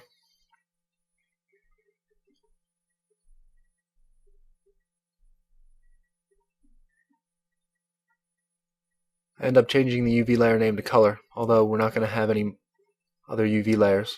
We're not going to bake shadows onto these.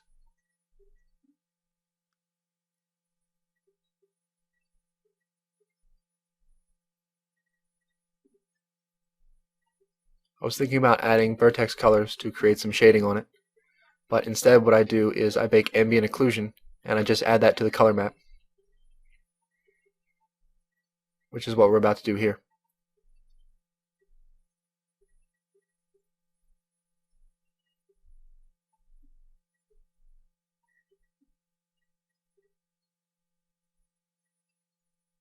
I'm going to create a new sample of that metal texture.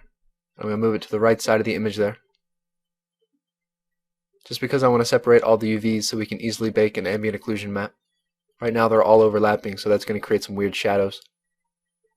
So I'm going to move all of these individual UV islands to their own space on the texture.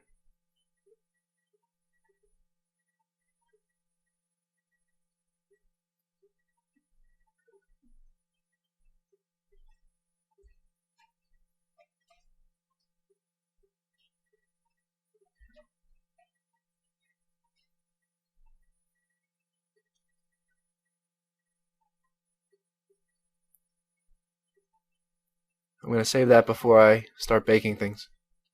I'm going to create a new image so it doesn't bake over the color map we just created. Size 512 by 512. Go into the render buttons.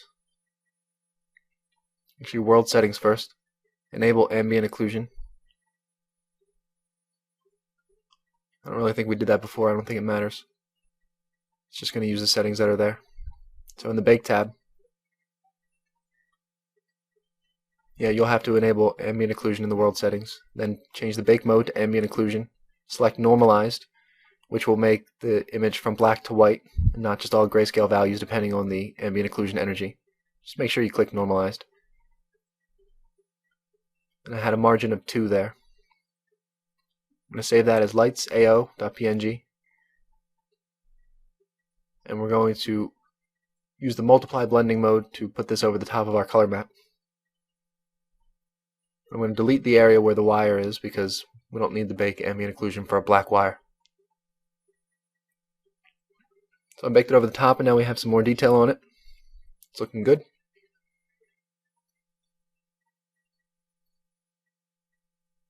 Lighting it up just a little bit by bringing down the opacity.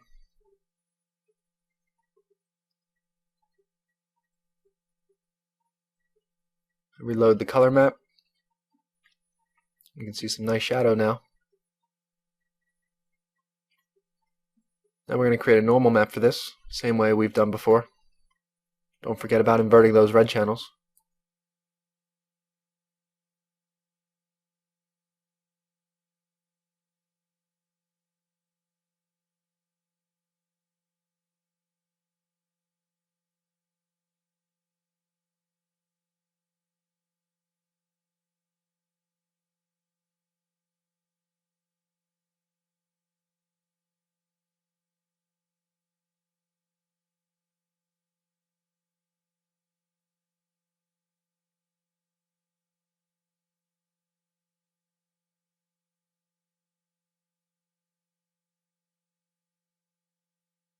And here's our glow map.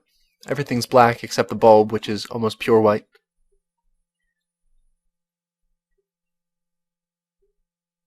Because the purpose of the glow map is that even in a completely pitch black room, if you have white areas on your glow map, then those areas of the color map are going to appear illuminated. So if I right now I'm going to load in the normal map and the specular map, and then we're going to load in the glow map, and you'll see what I mean. You'll see how it works.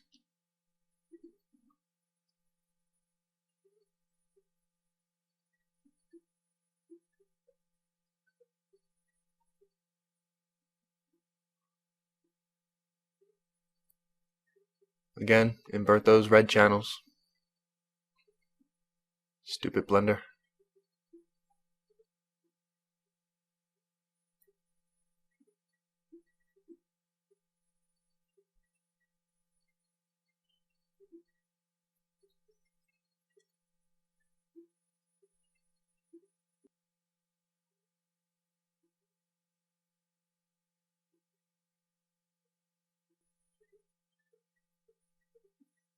Now on the fourth texture channel, rename that light glow. We're going to load in our glow map.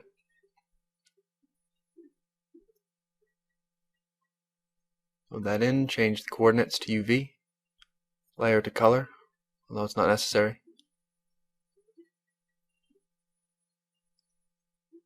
Disable color in the diffuse panel and enable emit in the shading panel.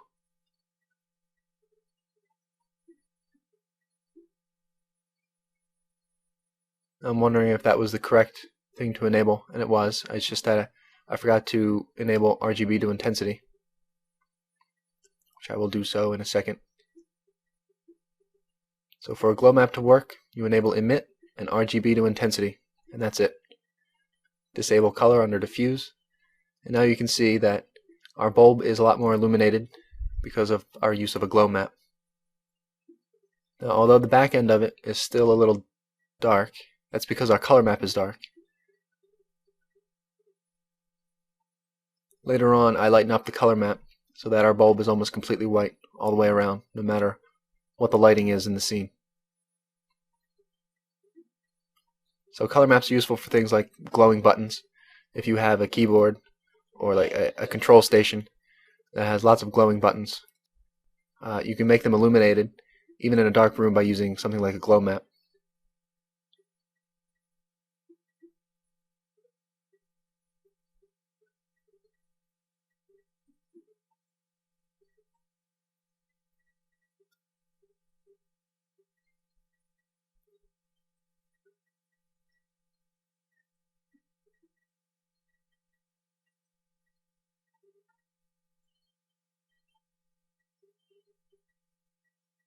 I'm going to add that to a group called light, and that's it for the light.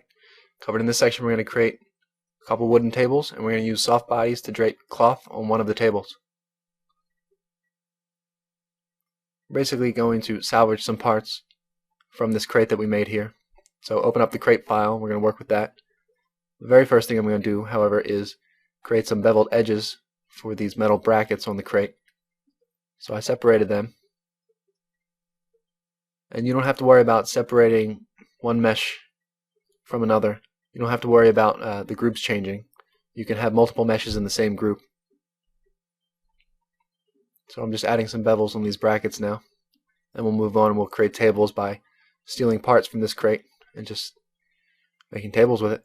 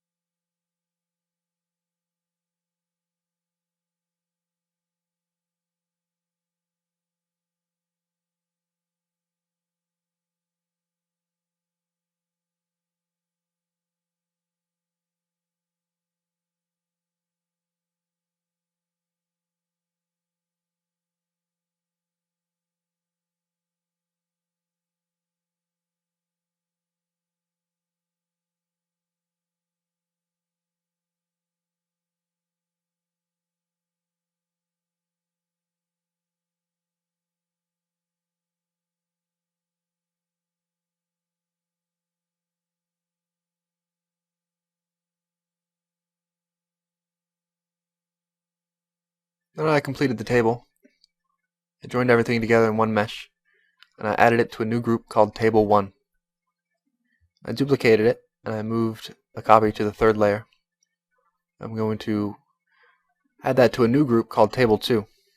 I'm going to have a few cuts in this now. I'm going to make this a more run-down table. And I'm also going to drape some cloth over the top of it.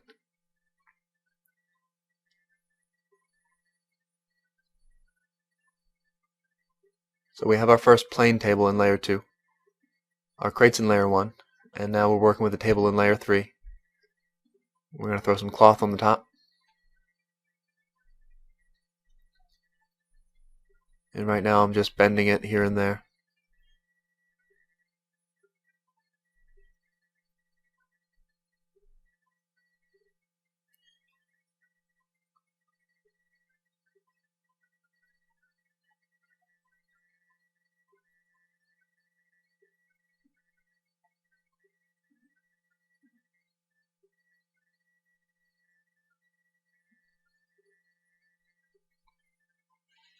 I'm also going to go back to layer 2. I'm going to make just a few changes to the table I made before, just so that it's not so perfectly constructed.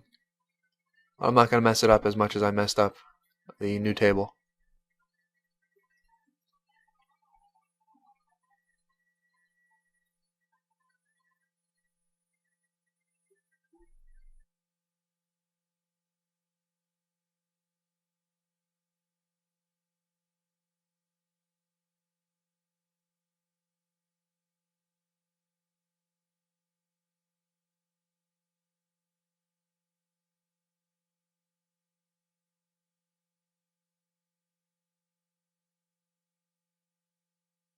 Now we're going to create a texture for the cloth before we even make the cloth. It's going to be a simple texture to make. In fact, we're not going to have to do much at all. The textile folder, I'm going to select carpet 2 and carpet 1. I'm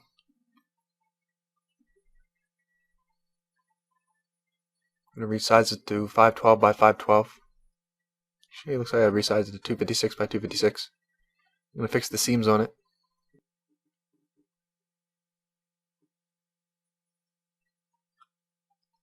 Both X and Y.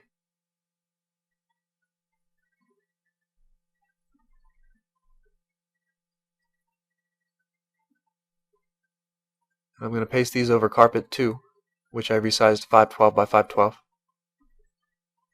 I'm going to mix these together.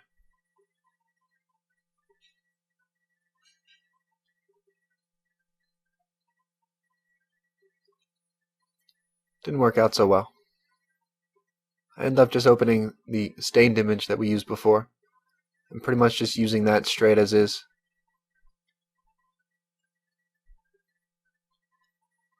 I'm going to save that as tarp col. I end up changing it, but right now we're just going to create some cloth. I'm going to subdivide that 3 times, 4 times.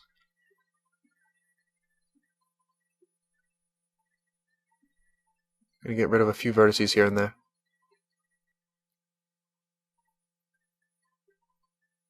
I'll move that up above the table because we're going to have it fall down onto it once we create a soft body for it. Right now I'm going to unwrap it. I'm going to load the tarp col image we just created for it.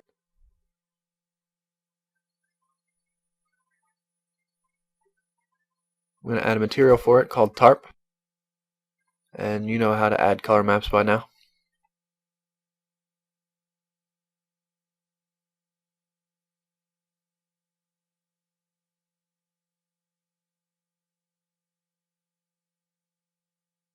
To tile it, I'm just going to simply change the size to 2.5 by 2.5. It's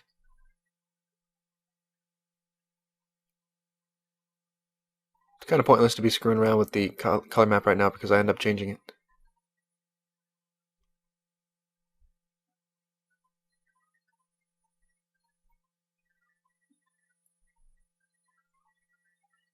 Alright, now we're going to get some physics involved. So in the physics tab, which is that little bouncy ball icon, with the tarp selected,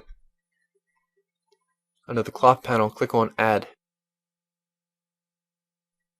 Under the cloth collision panel, change friction to 50. And the cloth panel, change mass to 0.5. Now I'm looking at the settings, figuring out which are the best ones to use.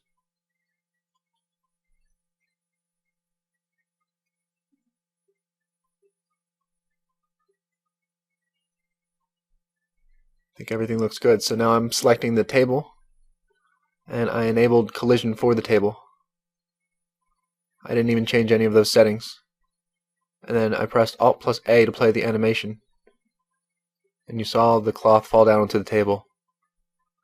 So as long as cloth has cloth enabled and the table has collision enabled, the two will collide together and you'll have some physics.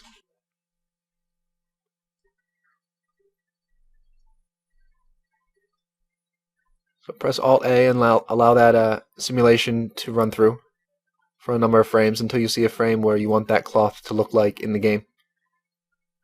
I'm going to let it go through about 120 frames until it stops moving.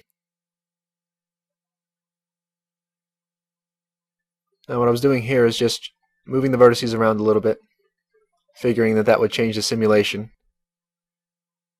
Doesn't end up changing it much at all. If it does, it's imperceptible. But I'm going to run the simulation again, and then we're going to apply the cloth modifier in the modifiers tab, and then we're going to have our mesh.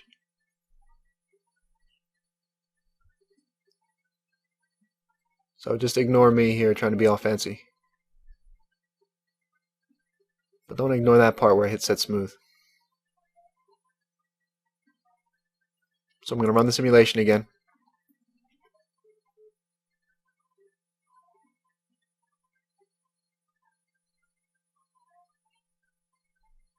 I changed structure to 6 for some reason.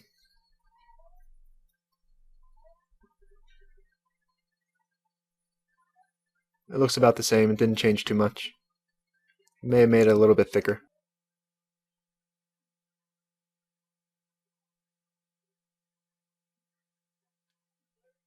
So now I'm going to press the bake button in the cloth cache panel, or cloth cake panel, however you want to pronounce that word.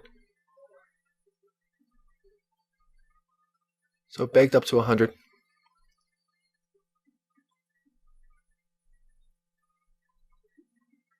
Now at frame 180, looks about right. I think that's how I'm going to keep it. I'm going to make a few fixes with some sculpting to smooth things out and some proportional vertex editing maybe.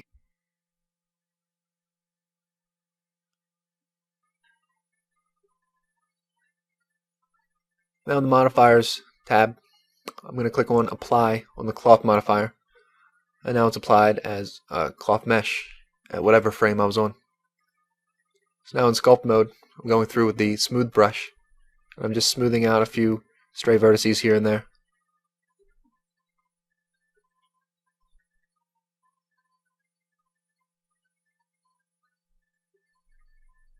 Make sure there's no intersections.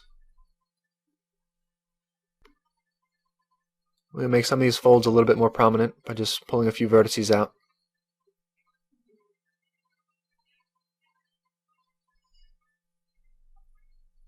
Now the only thing that's really left is to create a new texture for it. So we're going to go back into Photoshop.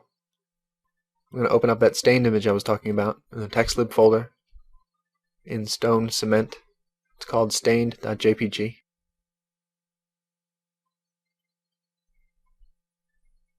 I'm going to select that and paste it into the tarp image after I scale that down to half the size.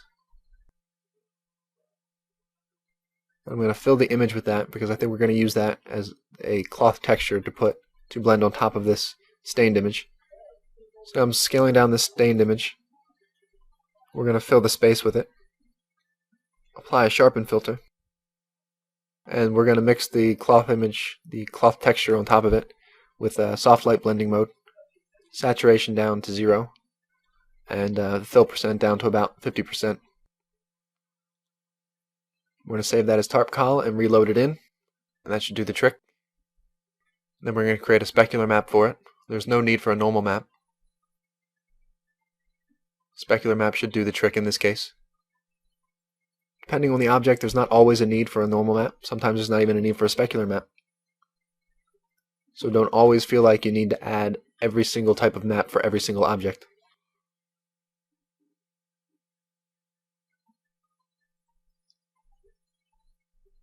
Here I end up trying to create a normal map for it.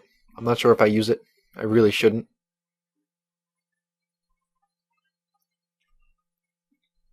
And I created a specular map as well. It actually looks like I do end up using a normal map. It's kind of stupid. So this is one instance where I waste a little bit of resources.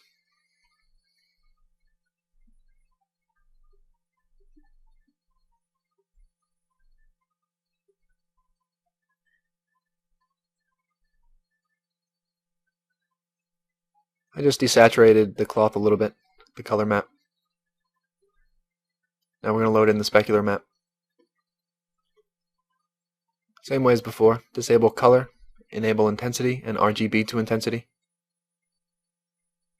I'm going to change the hardness and the material settings.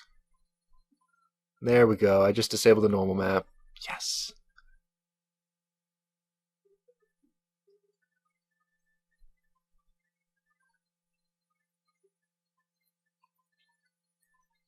I'm going to add that to the same group as that table, which was table 1.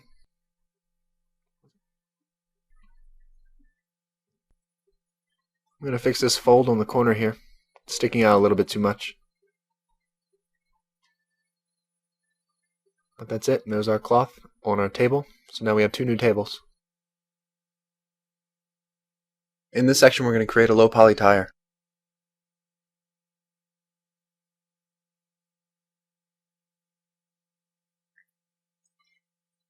In a new blend file I'm going to split the window. And on the right side I'm going to load in a reference image. I'm going to go to the text lib folder, navigate to the vehicles and tires folder, and open up truck tire 4.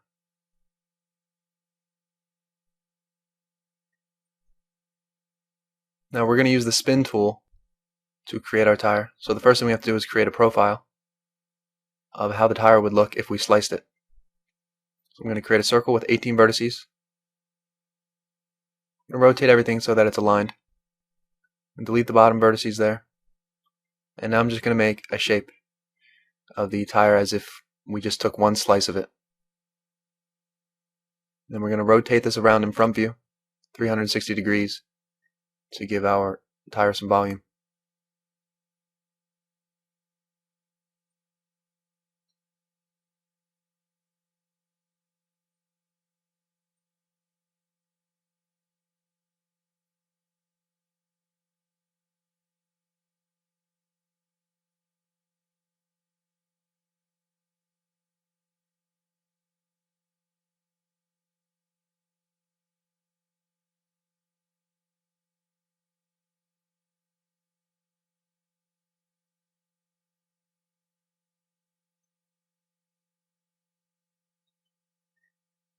I'm making extrusions on the inside of the tire to give it some thickness.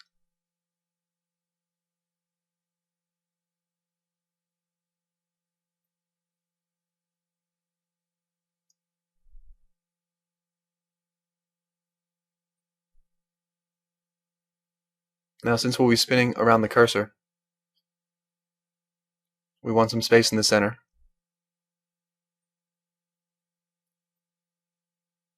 Now on the toolbar I clicked on the spin tool, changing the degrees to 360. You can see we have way too much space in the center, but right now I'm just playing with the steps, seeing how detailed I want it to be. I undid all of that. Now we're going to make some adjustments.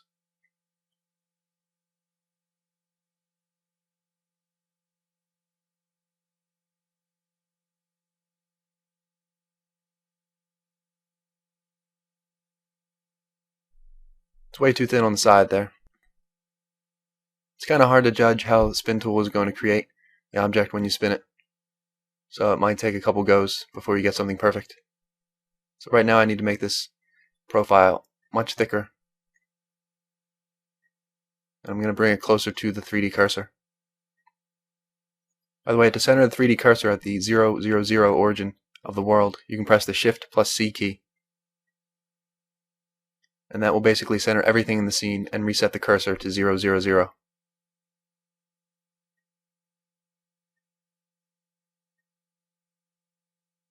So again, I've spun it and still wasn't good, so I made some adjustments.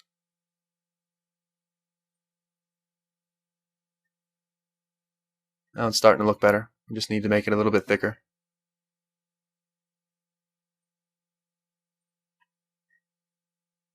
I was happy with that, so I went into the specials menu, which is the W hotkey, and I removed the doubles. Because there were a few vertices that were in the same spot because we rotated around 360 degrees.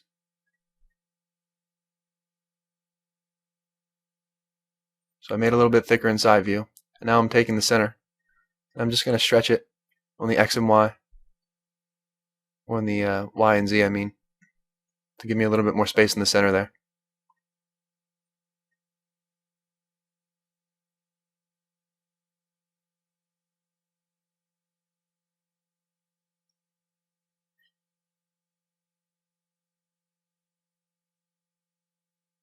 I have proportional vertex editing enabled,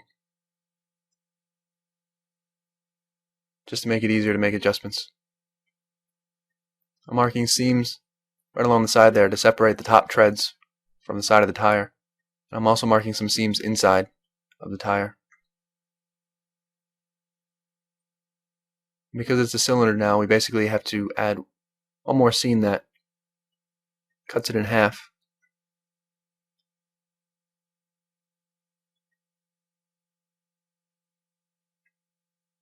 So I put a seam at the very top there for the treads. I also made sure I put a seam on the inside as well.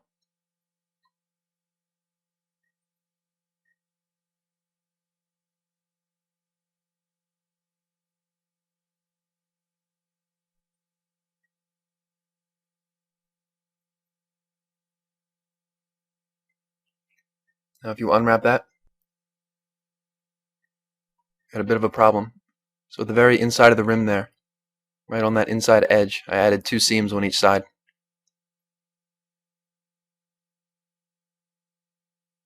So that separates the outside of the tire from the inside of the tire. Now I selected both of the outsides of the tire. And I pressed U and selected project from view. And I'm going to do the same thing with the inside of the tire. So basically I'm unwrapping these things manually because I wasn't happy with how the unwrap tool worked. I'm going to overlap them there just because we're not going to need unique texture space for them since they'll have the same texture.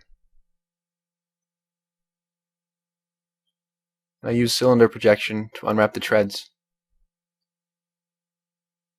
from top view. Unwrap wasn't working that great for them either. I mean, it worked okay, but there were a lot of distortions which I didn't feel like going through and fixing. So cylinder projection kind of unwrapped it perfectly.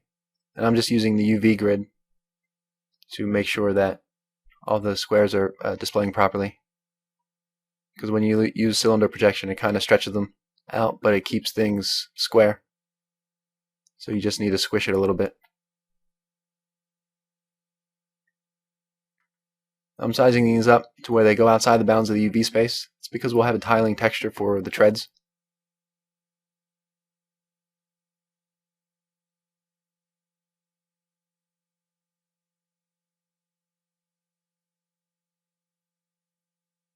I'm going to add some lighting.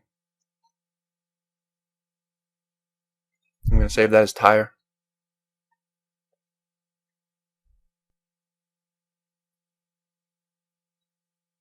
Back when I was selecting the front and back of the tire, when you mark seams on an object, you can use the L key to select islands of faces on the object, and it will actually respect where you've drawn seams.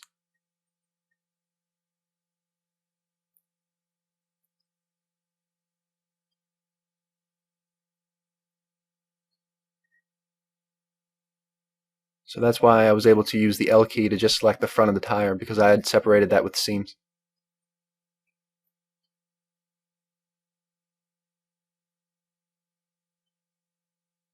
But I think that only works when you are in face selection mode.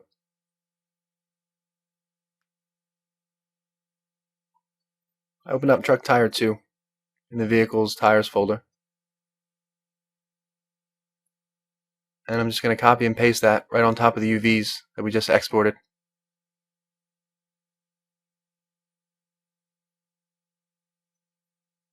That's going to be our base texture that we're just going to manipulate.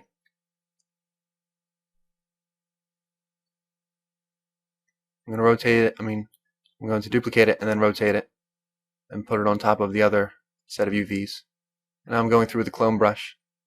I'm just taking small samples of the tire surrounding it, and I'm getting rid of the hub in the center. I'm also getting rid of the light orange strip on the inside of the tire. The left side here is going to be the inside of the tire. That's where I've placed the inside UVs. So this is all just going to be a basic gray rubber texture.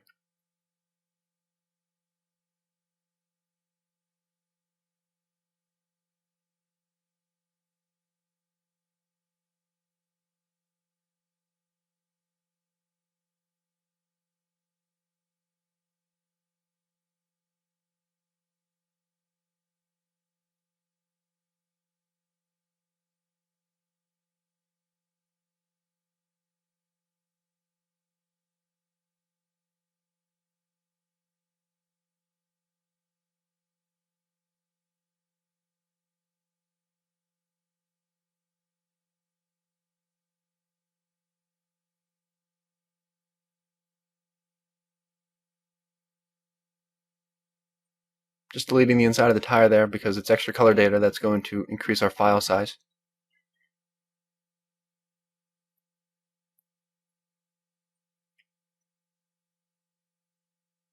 I'm going through with the burn tool on setting midtones just to make everything a little bit darker.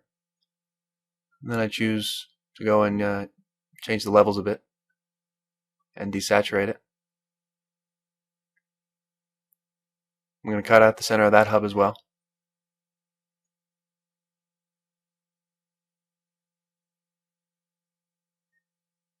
Now this outside texture is going to have a bit of a rim on it. So the white rim that you've seen there from the hub, we're going to keep that. Right now I'm just getting a preview of how it looks on the tire.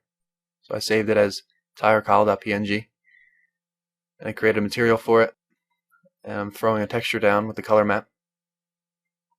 Change the UV layer name to color, of course. And it was really hard to visualize there whether or not this was going to turn out good.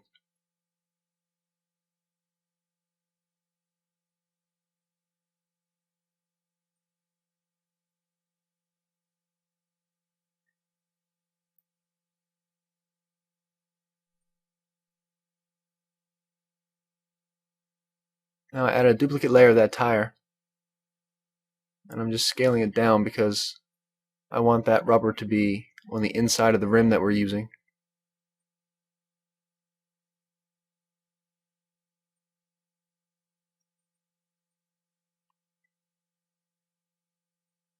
There we go. So now we have some rubber on the inside, but still have a rim. I basically just pasted a layer on top, pasted a duplicate layer on top, and I put some rubber down. And now I'm just duplicating that layer to create more rubber in the center, while leaving a little bit of rim on the bottom layer. I'm going through with the clone brush and getting rid of any seams.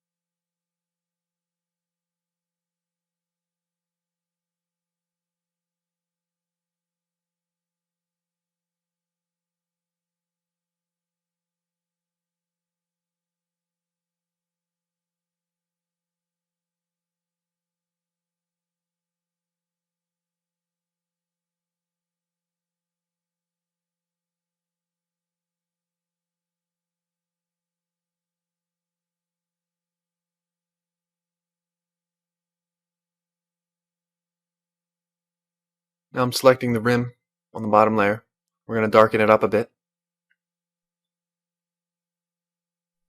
Adjust the lightness down a little bit so it's kind of a mid-gray.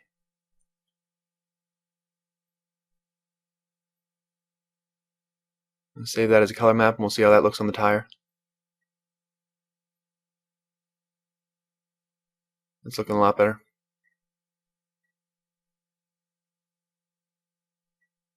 Just fixing the UVs a little bit to center that rim.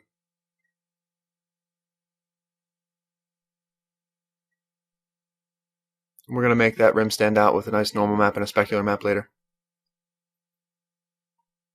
I don't even know if that part of the tire is supposed to be metal or rubber or what. I'm not really a pro when it comes to the anatomy of a tire. Well, it doesn't seem that complicated. So I selected a bit of treads from that image I opened up with the tire treads. I'm just going to duplicate this on the top island of UVs there. Get rid of the seam with the clone brush.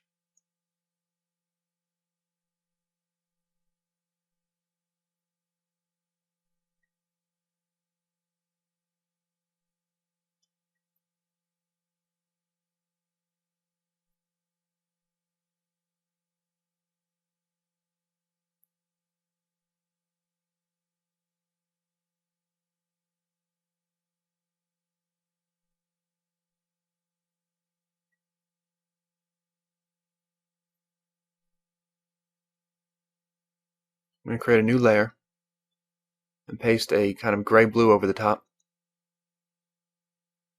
On blend mode multiply and a low opacity.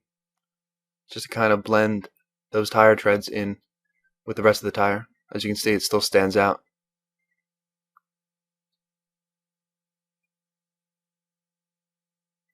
That tire image was called Treads 2. It was in the same folder, Vehicles and Tires.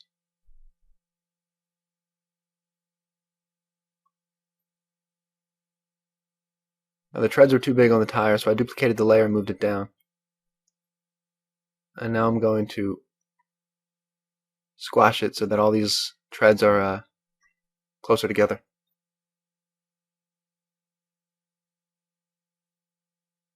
So now we have a few more treads.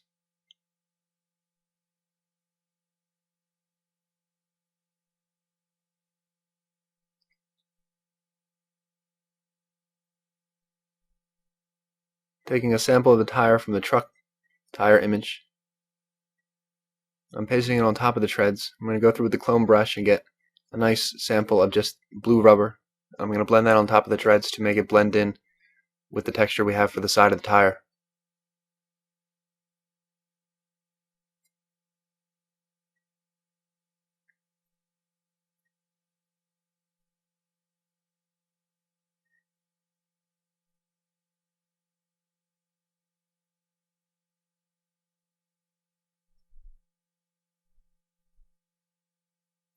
I put it on overlay and now we're going to see how that looks.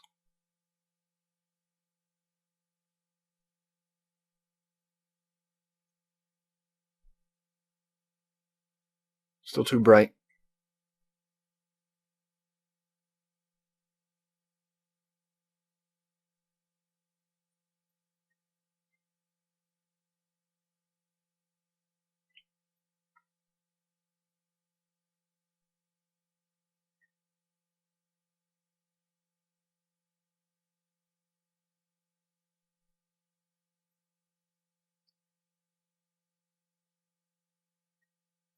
Now I put the treads on top of the blue rubber layer, and I mix that with overlay and see if that's going to make any difference. It still looks like it's going to be too bright. I don't think it changed too much. Alright, darkened up a bit. All we gotta do now is play with the levels of the blue layer. Desaturate it a little bit.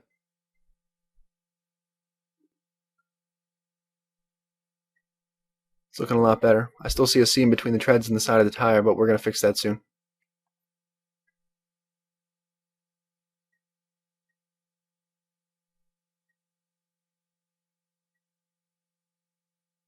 Oh, so close to being perfect.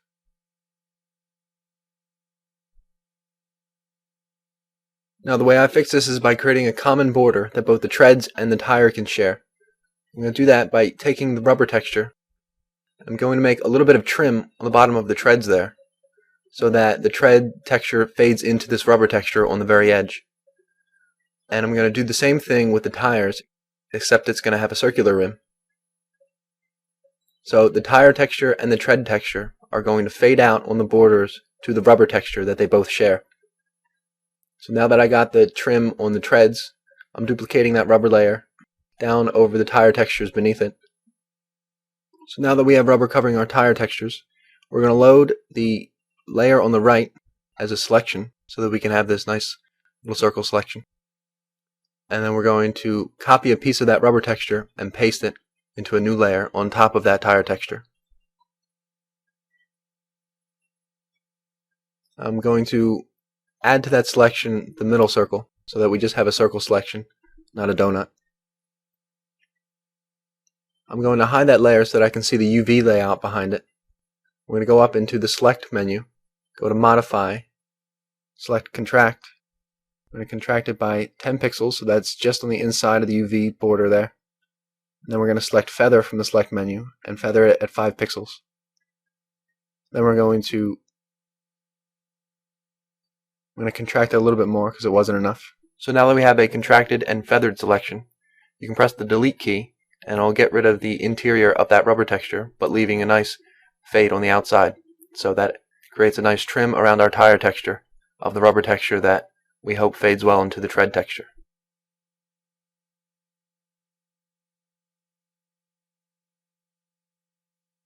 So now that I have a blue rubber outline on the side of our tire, we're going to load it in the blender and see if that mixes well with the treads, which have the same blue rubber. Should be pretty much perfect. And if it's not perfect, it's pretty damn close. It's good enough. Treads are still a little bit light, but it's alright.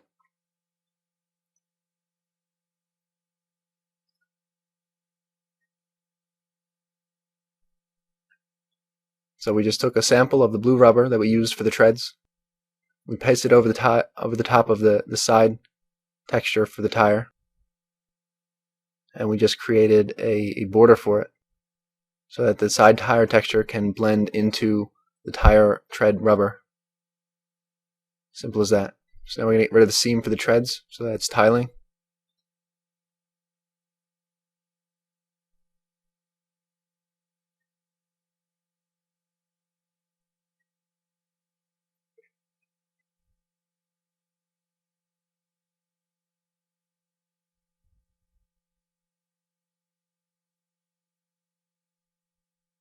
Then we're going to create the texture for the inside of the tire just by taking a sample of that black rubber, duplicating it and moving it down the line and fixing the seams. The inside of the tire is not really going to be seen that much, so this doesn't have to be perfect. Just laying down a quick dark rubber texture.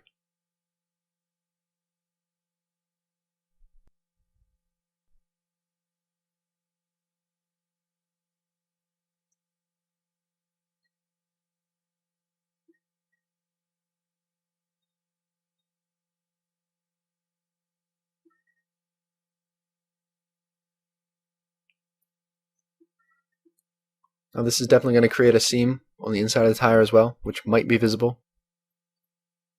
And we're going to fix that the same way we fix the seam on the outside of the tire.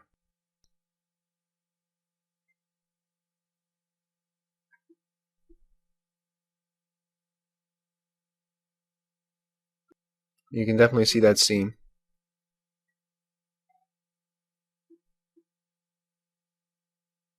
So we're going to fix that the same way.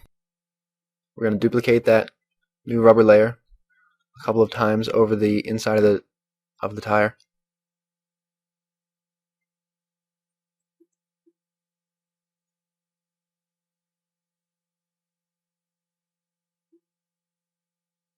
We're going to make a selection that's just inside the UVs of the tire.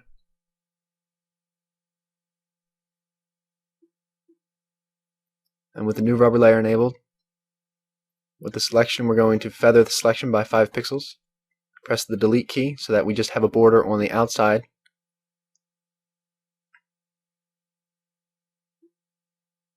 Then we're going to save that. And that should, for the most part, fix our seam. Voila.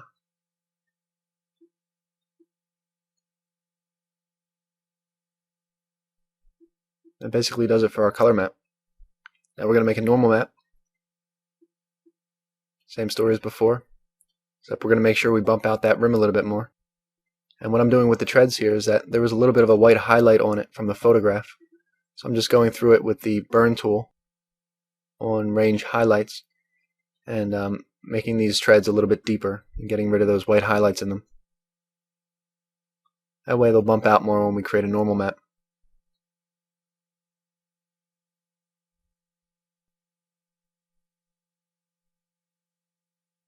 These weren't the best treads to use. This wasn't the best photograph to use to gather a sample of treads, but in the end it works. Invert those red channels. Just going to quick get a fast preview of that by adding a normal map texture.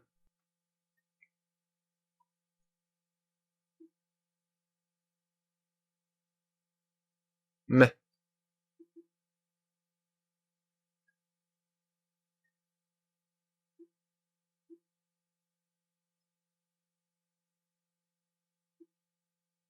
I'm really making the levels extreme now, so it's very obvious contrast.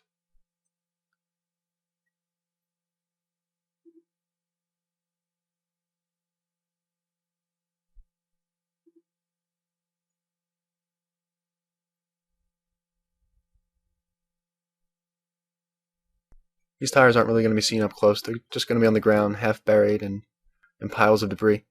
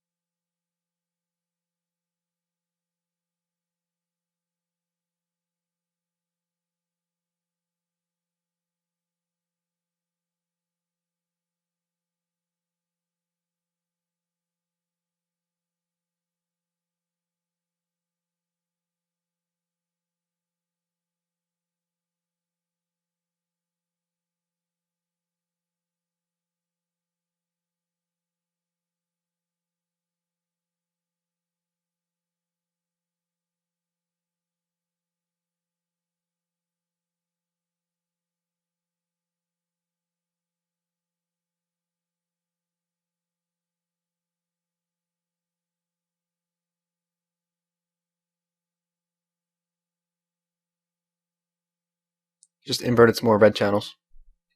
I keep forgetting. I always forget to invert them.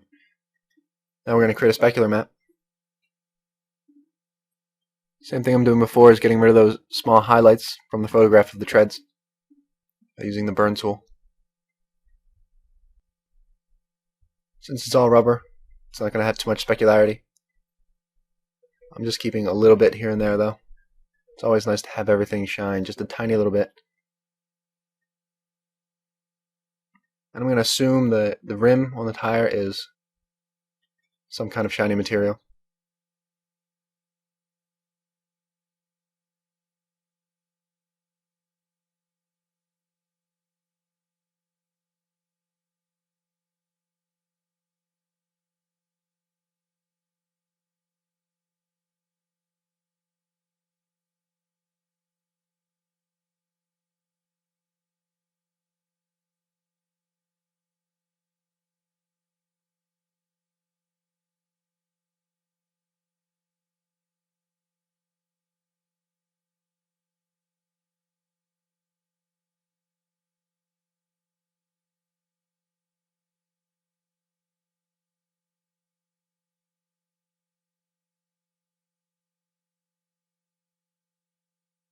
I'm going to add that to a new group called tire, and that's it for that.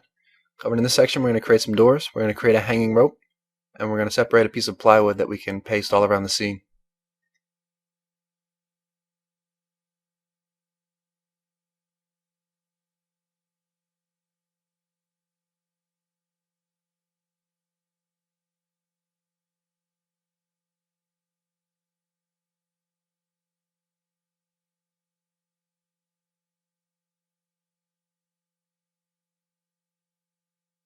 Now I took the doorway into a local view. That way I can just work with that as I create the door. The door is basically just more planks. I'm going to load in a reference image that we're also going to use for textures.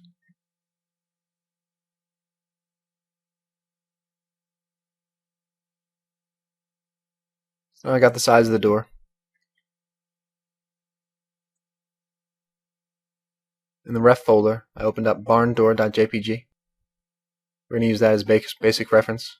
It's mostly just planks. And by mostly I mean entirely just planks. Just more planks. That's it. So we're going to create a couple more planks, a few vertical ones, and a couple cross planks to hold them all together. Then we're going to create a doorknob. We're not even going to make hinges. We won't need them. We'll just pretend they're on the outside, and this environment is entirely contained within. So the character won't be able to walk outside, so you won't need to make details on the outside. I'm making a few different sizes of planks. I'm going to go through and I'm going to extrude them all. And I'm going to add some detail at the bottom of them, make it look like they're falling apart. Adding a few knife cuts, a few loop cuts here and there.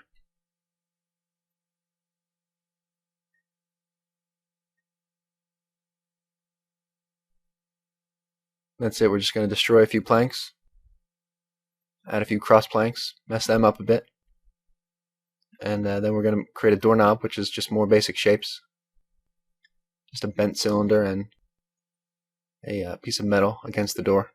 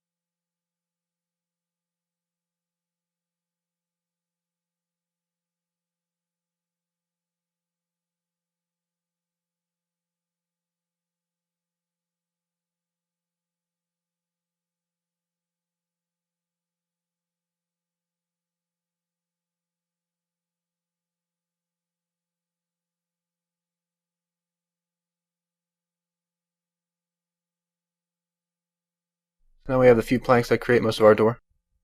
Going through now, and I'm manually splitting the edges. You can just select each plank and add a edge split modifier. And then press set smooth on all the planks.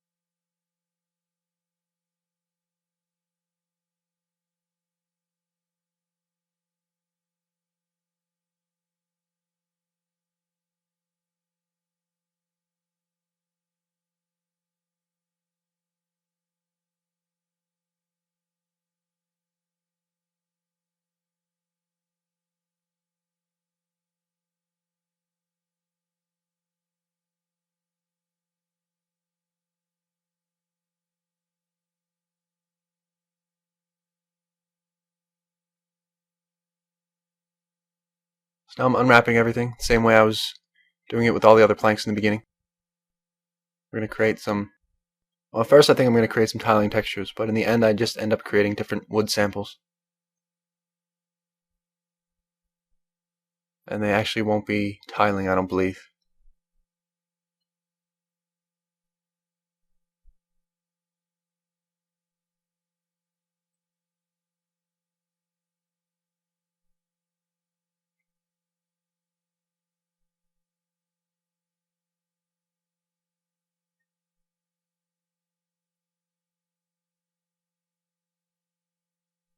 As you can see, I'm moving all the UVs away from the center of the UV layout.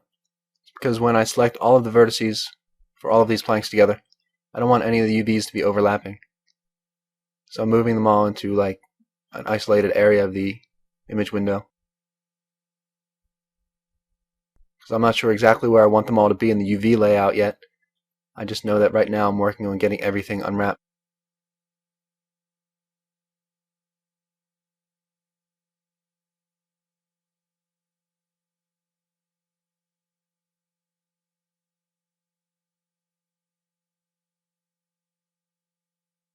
I'm going to add a new image with the UV grid enabled, just to make sure everything's looking good and not distorted too much.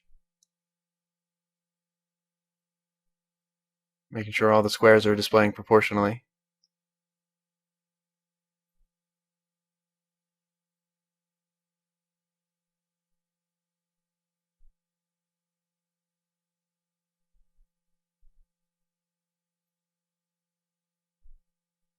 Then we're going to create the doorknob. It's just going to consist of a small piece of metal, a metal plate against the door, and a metal handle which extrudes out from the plate and bends around.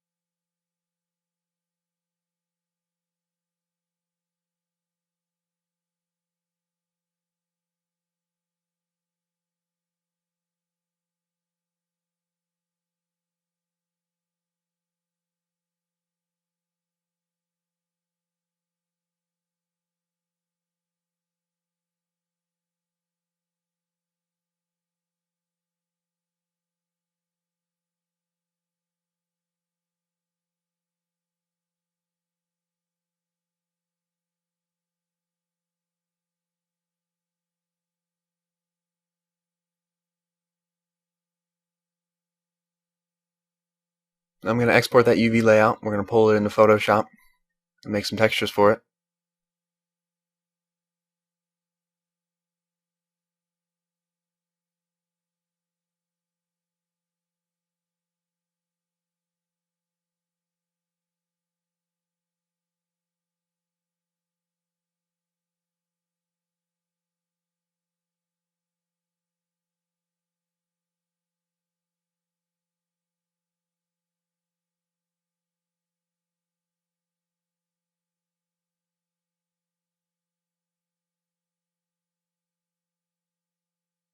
We're going to open up that barn door image. We're going to use that for textures. But because the image is kind of low resolution, we're just going to use it for mostly the coloring.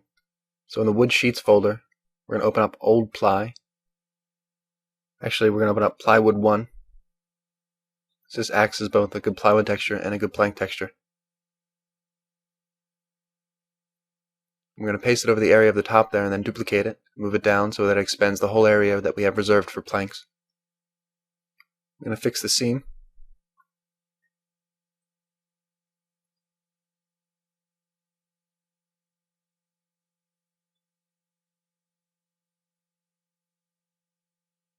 I'm going to sharpen it up a bit. Now I'm going to go through, I'm going to select samples of these planks.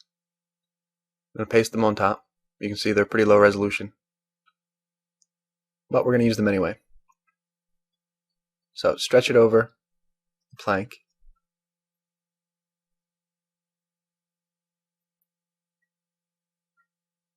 Enable the plywood layer again. Putting on blending mode. I think I end up using multiply. So I have it on linear burn actually, at fill percent of about 40.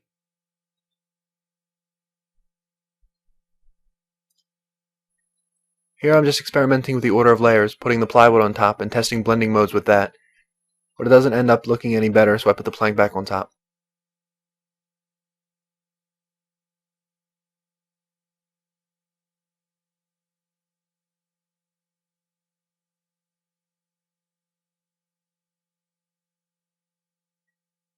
Now I'm trying to make it look less crappy, less low resolution. Desaturating it a bit. I have it on multiply right now, at fill at 100%. Getting rid of the small details here.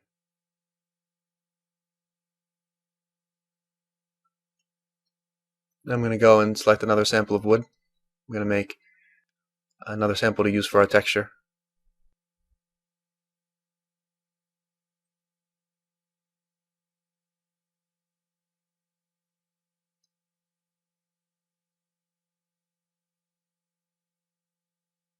Go through with the clone brush, get rid of some of the details.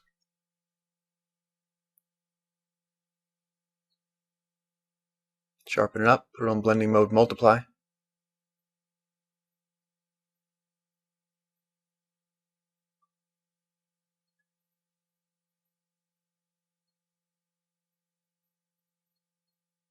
Desaturate a little bit. Now this plank came out a little bit better than the plank above it.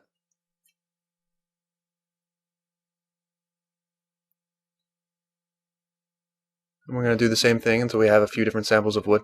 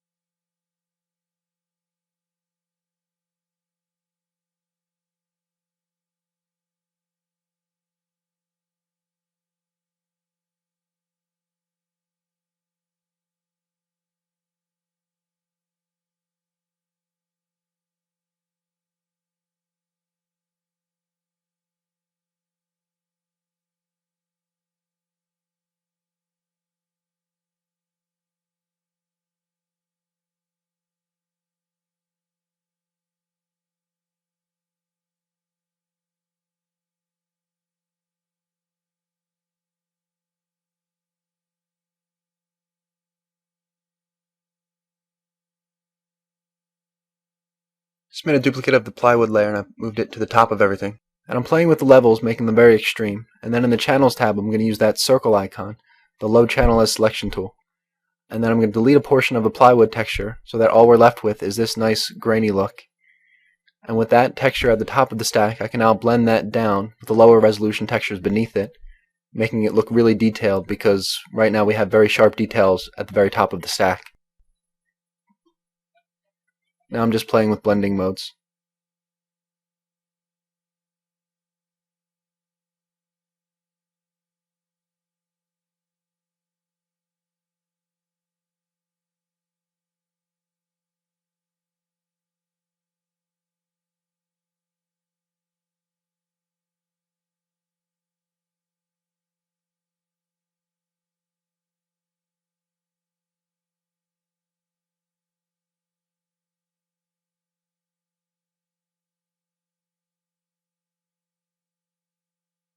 I'm just looking for a good metal sample to use.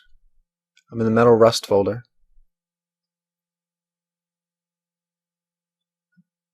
I'm going to select Rust 2, eventually. Rust 2 and Rusty Container. We're going to texture the metal handle and the metal plate against the door now.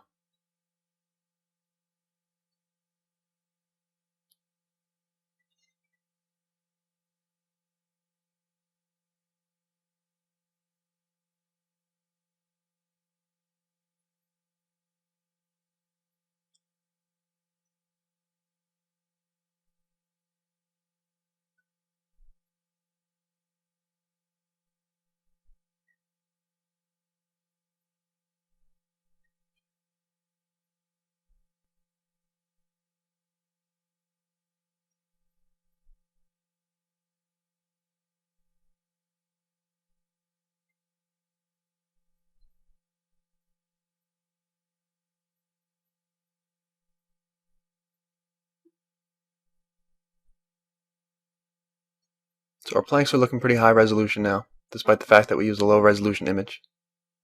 That was entirely due to pulling the plywood texture, duplicating the plywood texture layer, putting it on top, using that load as selection tool in the channels tab, deleting parts of it, and then just blending it over the top to give it some sharp detail.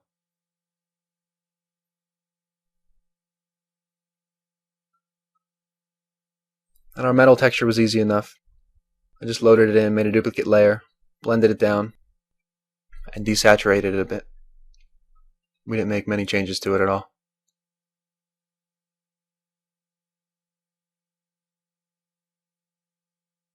So now that we have our wood samples and our metal, I have to go through now and fix all these UVs, because I was anticipating creating tiling textures for each one.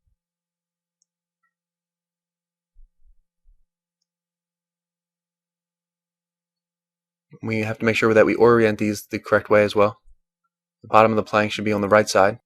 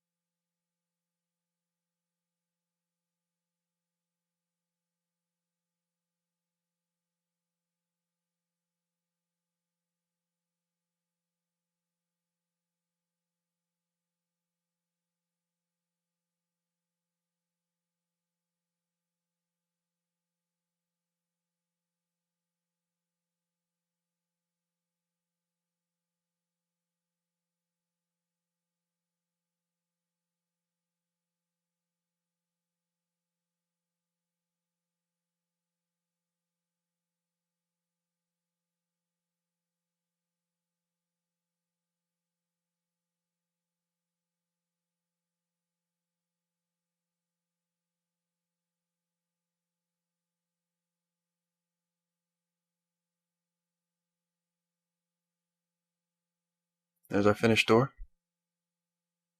All we have to do is now make material for it. Change the UV layer name to color. Create a new material and a new texture. Loading in our color map to see how it looks with the lights. Now all that's left is to create a normal map and a specular map.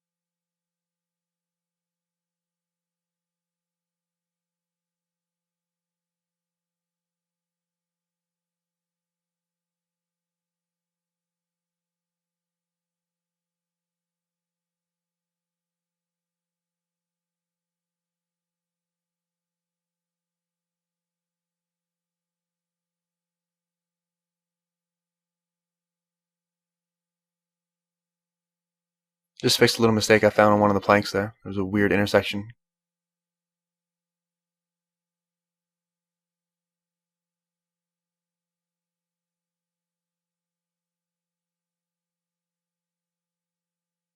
Now we're going to create a rope. This is pretty simple. It just consists of a 5 vertex circle. We're going to drape it around a couple of the cross supports along the roof. You can use curves or paths or NURBs or whatever. I don't use those things. I just use meshes. So I end up just going through and making manual extrusions, bending it where I want, draping it where I want. I don't really feel like screwing around with paths.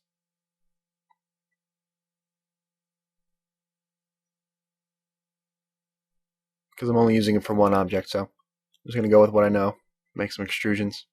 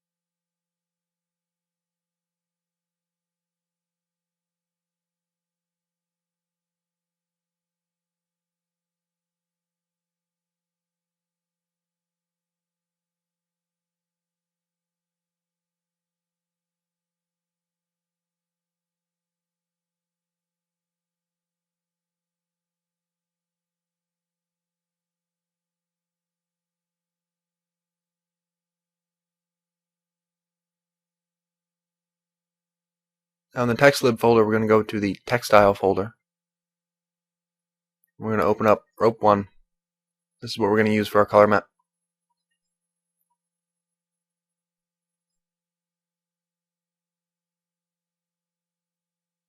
So select a good sample of it, and we're going to offset it a bit. Now we have to make this tiling, both horizontally and vertically.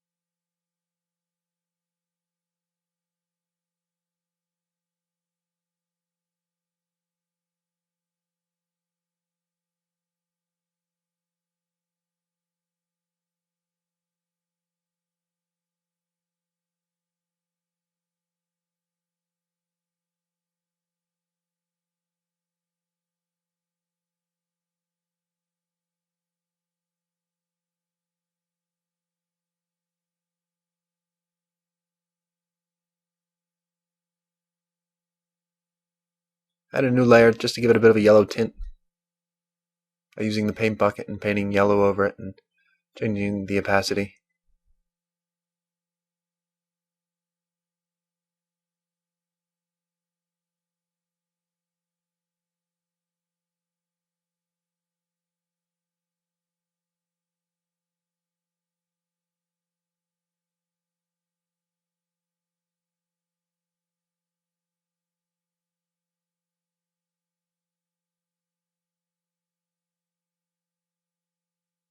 I'm going to save that as rope col, see how it looks.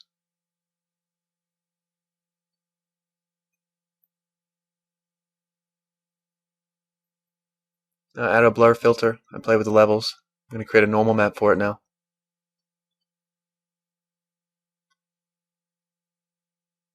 I don't create a specular map because it's just a little piece of rope.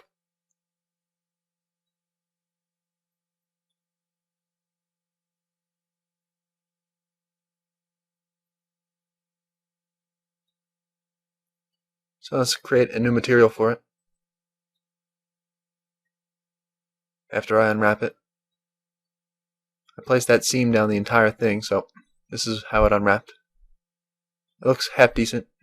There's going to be a lot of stretching, and we're going to fix that. But for the most part, it unwrapped pretty straight.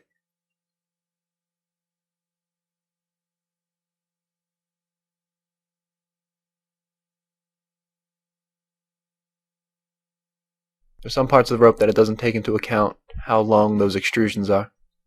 So there's a lot of stretching and even some squishing here and there. I'm just going through and I'm selecting all the UVs and making sure that the image is displayed on the rope proportionally everywhere.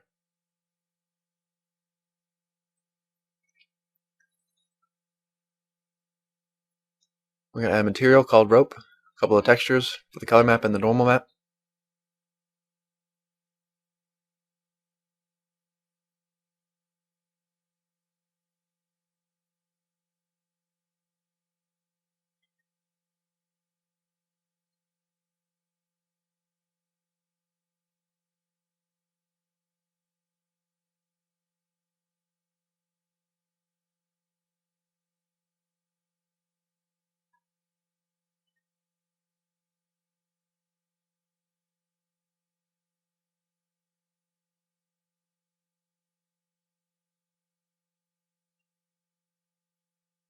Now that we have the normal map down, I'm going to open up.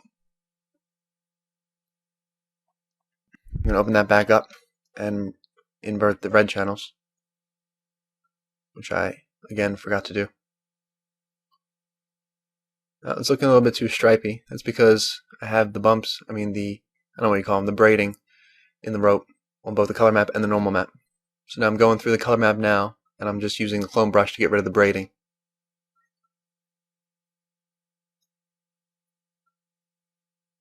I made it a little bit better. That way the normal map is used to create the braiding, or to simulate the braiding, while the color map is just used to show what kind of material it is.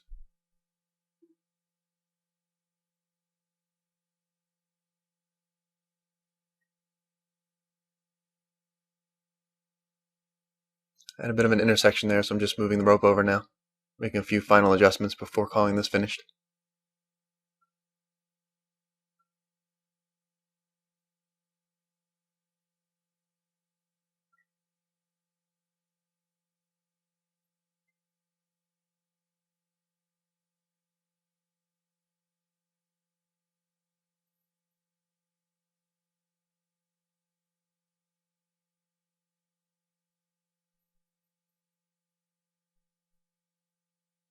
Now we're going to take one of these sheets of plywood off the roof.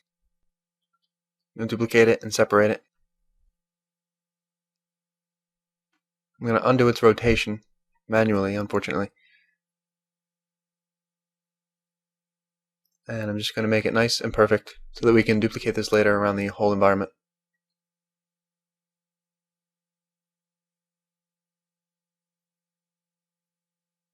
And if you remember, we erased the face on the top because we didn't think it was going to be seen by anyone being on the roof. But now that we're creating a separate sheet, we've got to make sure that there's faces on all sides. So I just transform the origin to geometry so that we can center the pivot point. It's going to make it easier to rotate everywhere. I'm adding that to a group called plywood. Although it doesn't matter since it's within the environment file, we're just going to end up duplicating this around instead of using group instances.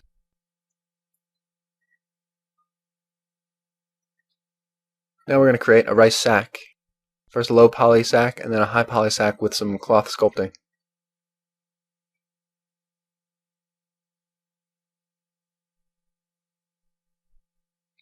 First I'm going to grab a reference image in the reference folder called Sacks1, just to give me an idea of generally how the folding of a sack should go. Although the material in these sacks in the reference image is a lot thinner than the material we're going to use for rice sacks or burlap sacks, it's still a good guide to how cloth would fold like that.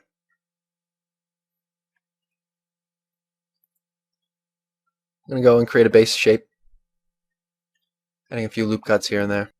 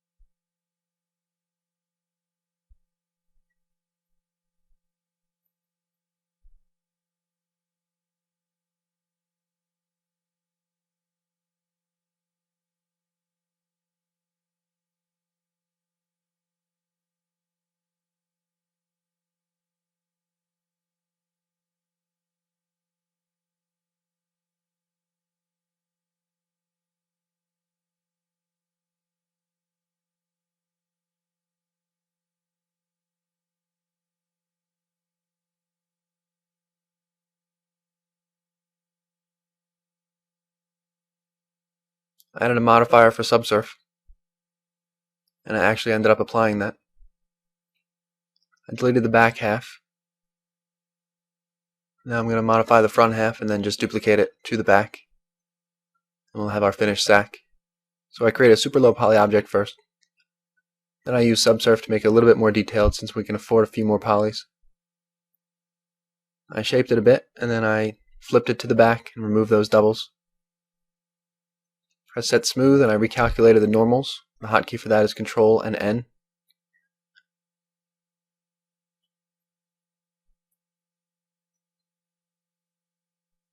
making it a bit shorter and fatter.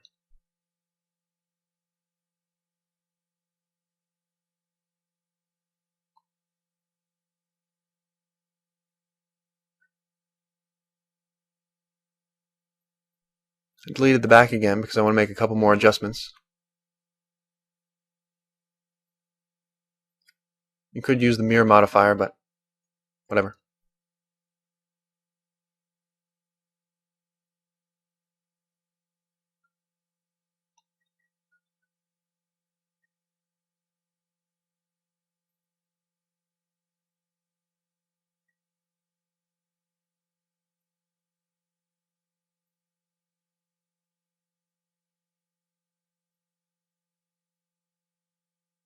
I'm going to duplicate that, flip it, and remove those doubles.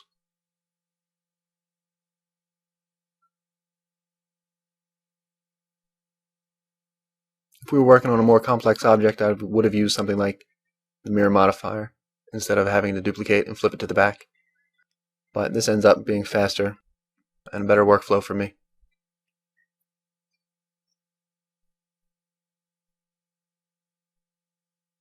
I made a duplicate of that. I'm going to move it to layer 2. And back in layer 1, we're now going to work with our high poly object.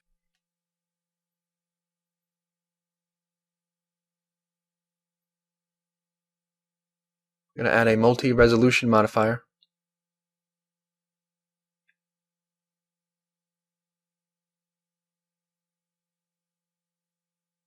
I added a subsurf modifier. I'm ignoring the multi-res modifier. I don't think I end up using that. I'm creating a few loop cuts here around the edge so that I can create a border.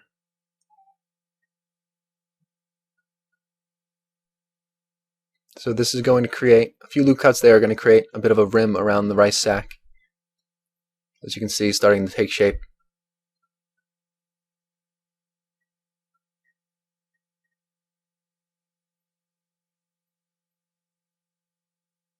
So I selected all of those loops around the border, and I actually extruded it and then sized it up.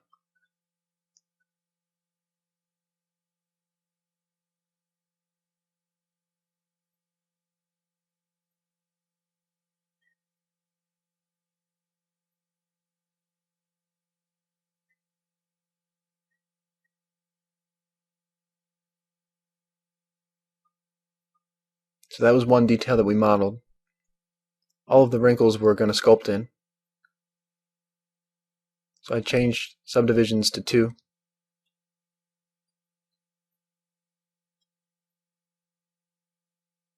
I'm going to click on apply for that, and I deleted the multi-res modifier, which we didn't make any changes to. I'm going to go into sculpt mode.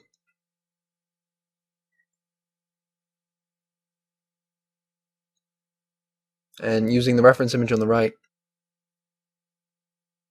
what I'm going to do is look at the image and see which parts are sunken in and which parts are risen. And I'm just going to go through with the draw brush, and I'm going to pull vertices up here and there where the wrinkles are popping out. And then I'm going to use subtract to sink them in places where those wrinkles are sinking in. And then I'm just simply going to use the smooth brush to smooth everything out.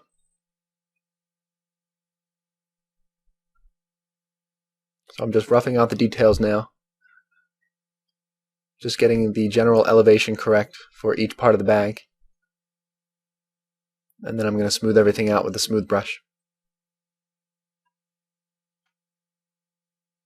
Then I'm going to go through and create lots of smaller wrinkles around the edges of the bag where we just created the border. I'm going to do that in the same manner.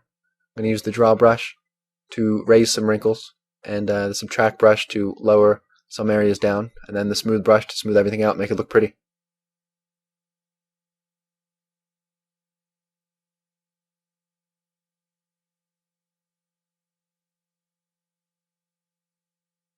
Like right now it's going to look really ugly. It's really looking lumpy and just kind of gross and low resolution. It doesn't look like wrinkles at all. But we're going to change that by using the smooth brush, and we're also going to use the pinch brush as well to kind of bring all of these wrinkles to a sharper peak.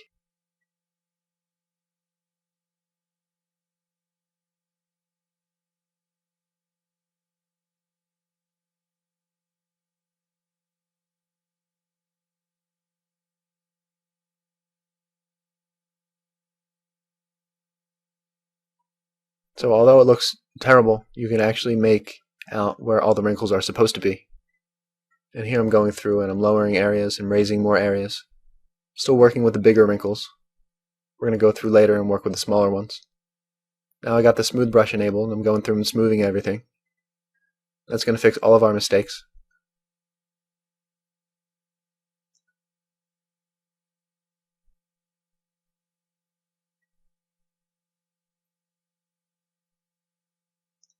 So that's a little bit better. Now I chose the pinch brush.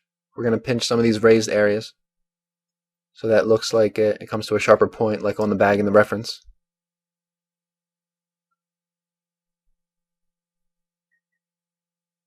Now it's starting to sort of kind of look like cloth, isn't it?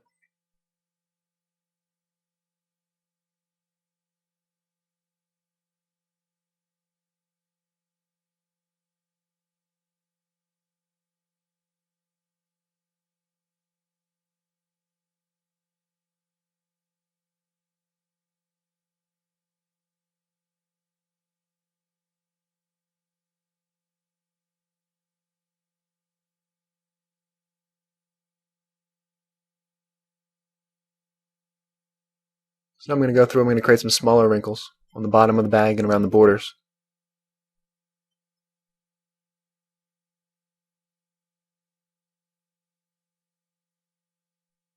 Smoothing out the border just a tiny bit.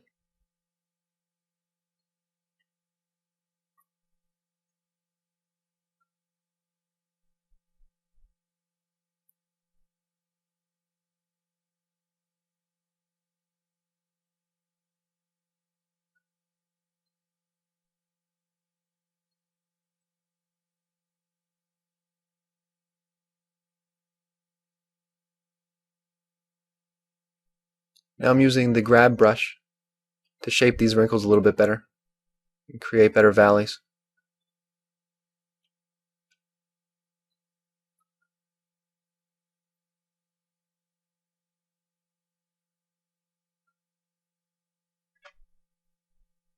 Those wrinkles are satisfactory. I'm going to go around the edges. I'm going to paint some of the smaller wrinkles, extruding from the corners.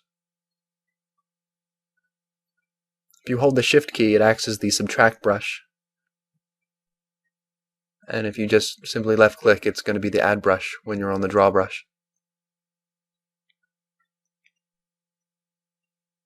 So I'm smoothing these as I create them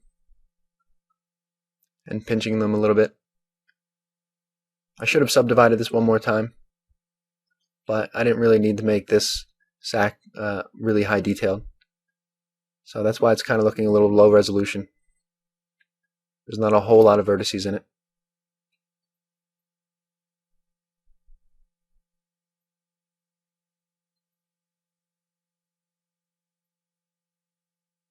So I'm just pulling these wrinkles out from the corner and the borders of the bag.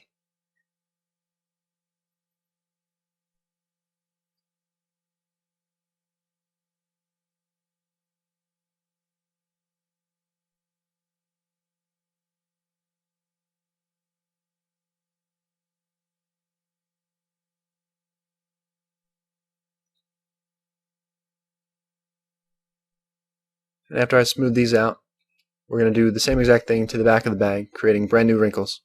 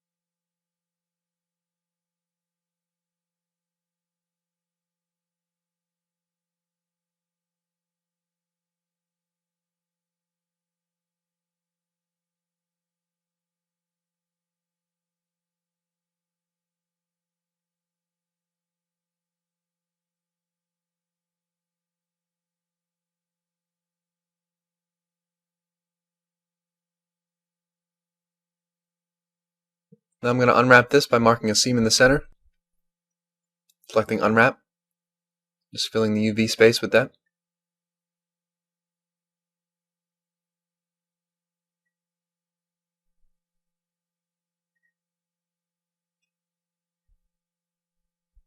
I'm going to create a new image applied to those UVs, 512 by 512.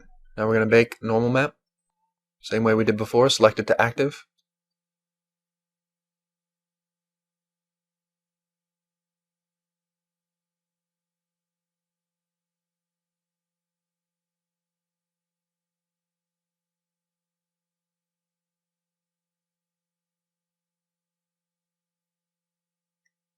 So with both of those objects selected, press the bake button, and we have our normal map.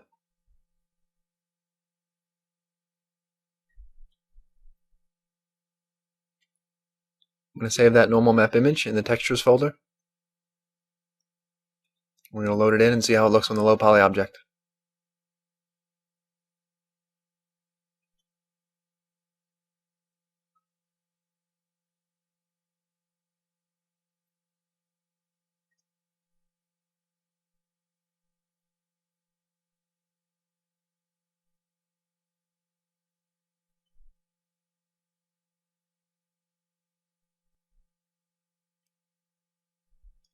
Something's a bit crazy with the lighting. Not sure what the deal is there.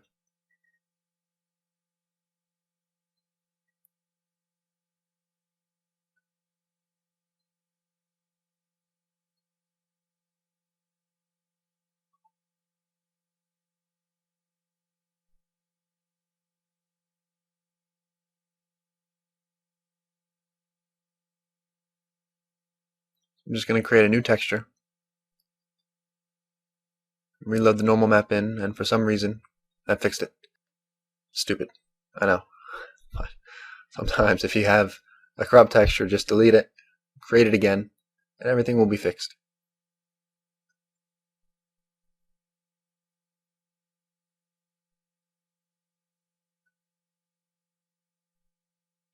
So this is what our rice sack looks like. It's not bad.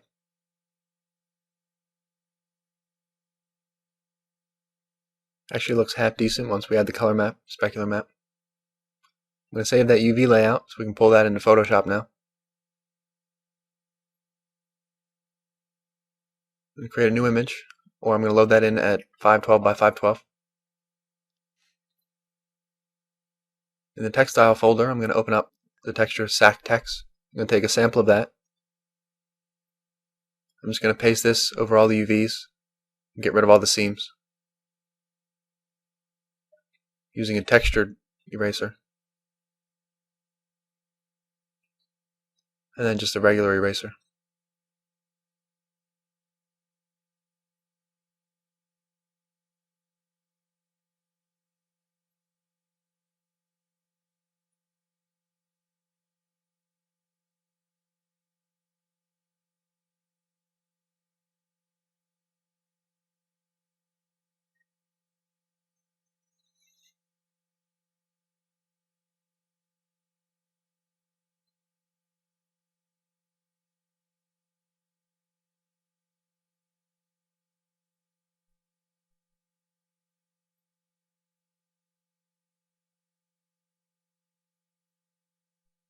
Now you don't want to use the clone brush too much because it'll end up ruining all the stitching.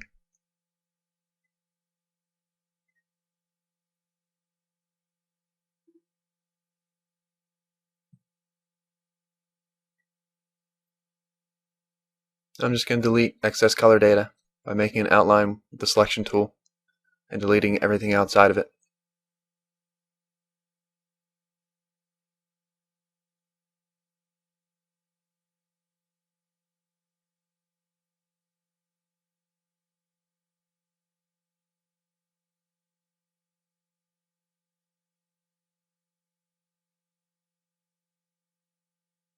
Now I made a selection of the sack material, the sack texture, and I created two separate layers,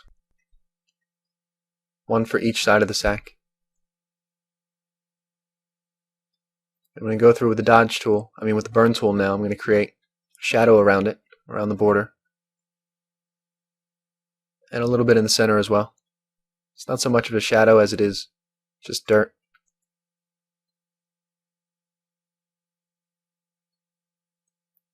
I have the burn tool on mid-tones range. I'm going to sharpen everything. I'm going to duplicate that layer.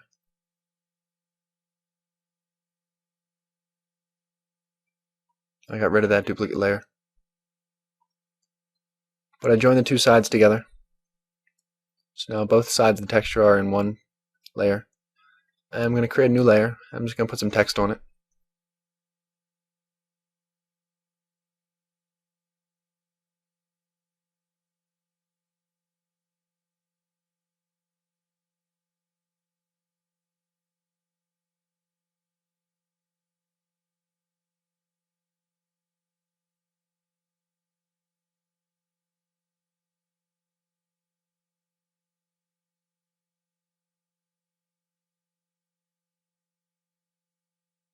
I'm going to change to sort of a old stencil text.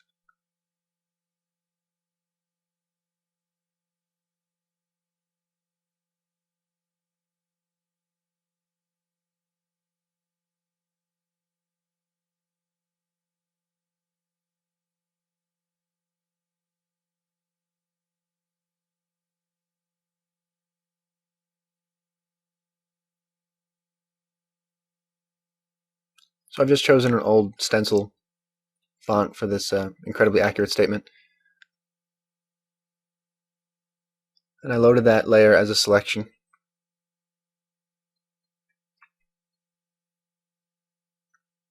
And I contracted that selection and inverted it, and then pressed the delete key, just so I can make the text a bit thinner. I'm going to duplicate that layer and blur it. I'm going to change the opacities of both of those layers a little bit.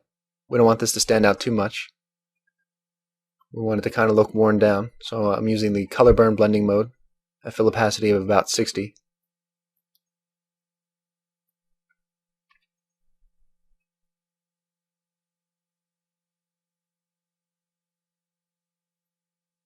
Now I'm using multiply on one of the duplicates of the layer.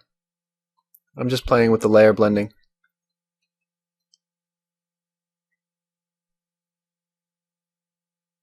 And that looked good enough. We'll save that as sac col. We'll load that into Blender. And then we'll make a normal map and a specular map. Well, then we'll add to the current normal map by making a conversion of the color map. And then we'll make a specular map. That's looking pretty sweet.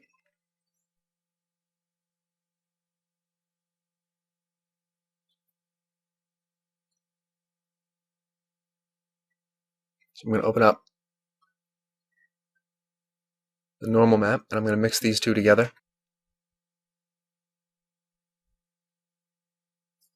I just pasted the current normal map, the one that we baked, on top of the color map. And I got rid of the text that said awesome sack of rice, because we don't want that showing up in the normal map. That's just ink on the burlap sack. It's not actually something that would cause any bumping. So I'm playing with the normals now to make the stitching really stand out.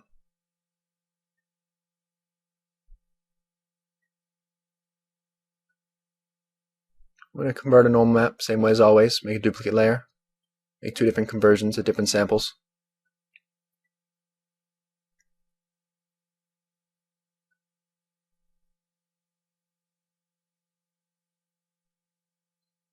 Or because it was stitching, I think I might have just decided to do one sample there. Invert the red channel, save it as sac nor, reload it. Looks pretty cool.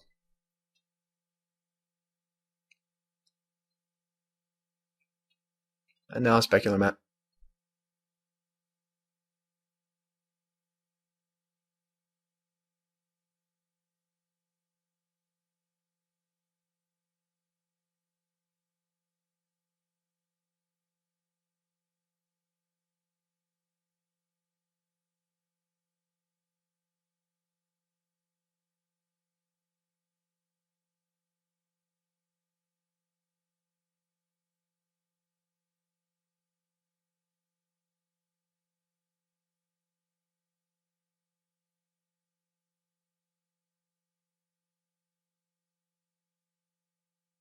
Now, although it's a burlap sack, I'm using the excuse that it's in a very moist environment to create some specularity. And I just added that to a group called sack. And we're finished with that. Now covered in this section, we're going to create some weeds, and we're going to create a plant.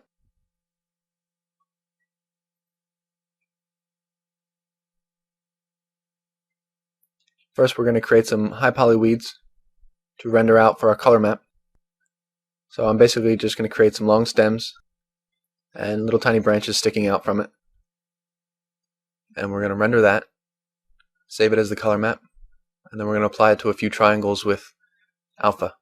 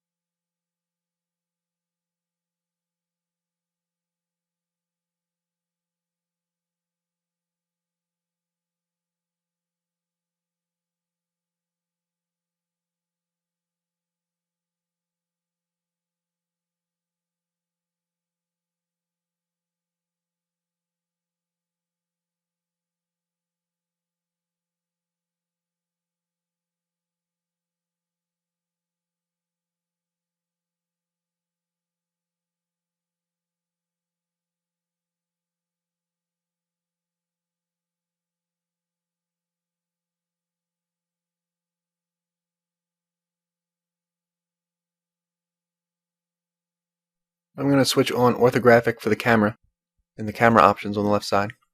And in the render options, I'm going to change the resolution to 512 by 512. Now turn anti-aliasing off and turn it back on now. We're going to create a color map by rendering this out, and we're going to apply it to a triangle using clip alpha.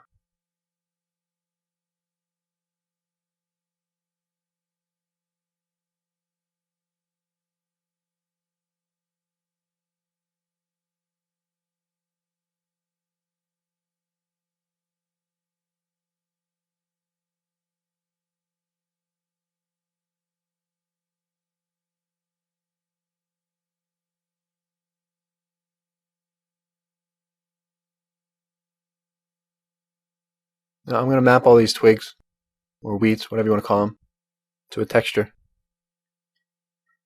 So in the text lib folder, I'm going to open up wood trees, and we're just going to load in some bark. Although the texture variations from bark is going to be imperceptible at a texture this size, and especially on thin little twigs like that, it's still going to give a little tiny extra detail.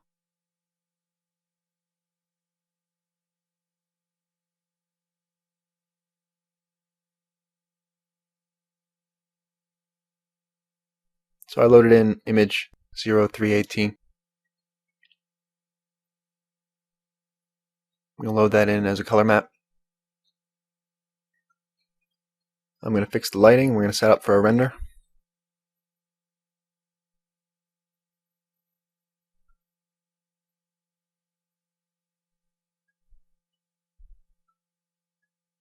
I'm going to render to get a good preview.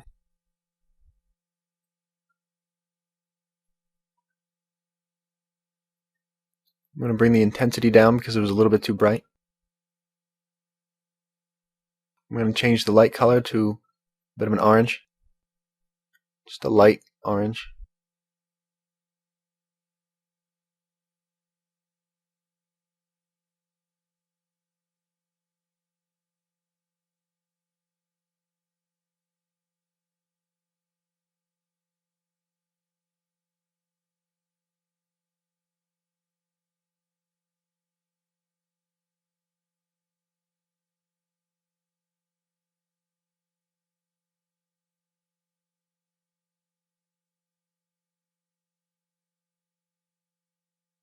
I want these weeds to be kind of dark, so I'm bringing the light energy down to 0.5.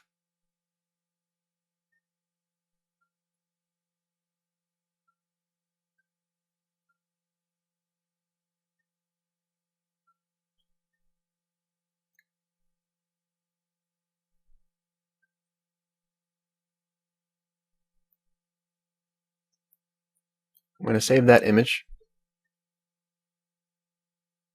in the textures folder called weeds.png.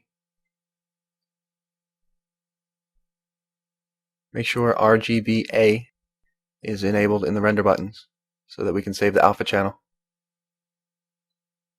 I'm going to save that blend file as weeds, or I think I change it to plants. Right, this is the high poly blend file, so I save that as weeds in the resource folder.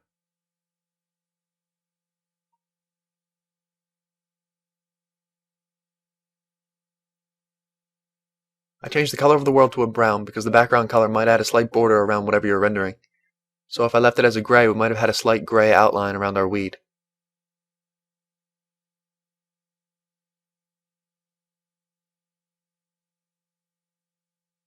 So now I'm working with a new blend file called plants.blend. I'm going to add a new plane in front view and delete one of the vertices and face the other three, so now we have a triangle. I'm going to stretch this triangle tall and widen it a little bit. And with all of those vertices selected, I'm going to load in the weed texture we just created. And I'm going to unwrap by pressing U and choosing project from view. I'm going to stretch this triangle over the weed texture. Now the reason I only rendered the weed texture in the center of the image is because I anticipated using triangles to save on resources. So there's a little bit of wasted UV space, but in the end it's going to run a little bit faster. Now I'm going to add a material for this called weed. Turn the intensity for diffuse up to 1. I'm going to turn the specularity down to 0. And we'll come back here to enable transparency in a moment. I'm going to add a new texture called weed col. And I'm going to load in the weed image. There's also a grass image in the library. In layer 1 of this blend file I have a grass object. I made it in the same way that I made the weeds, but I didn't end up using it in the project. So for this I enabled alpha in the influence panel. And now I'm back in the materials and I enable transparency and I turn alpha down to 0. Now we forgot one more thing in the texture panel. We just got to go to the mapping panel and change the coordinates to UV so it displays correctly on the object.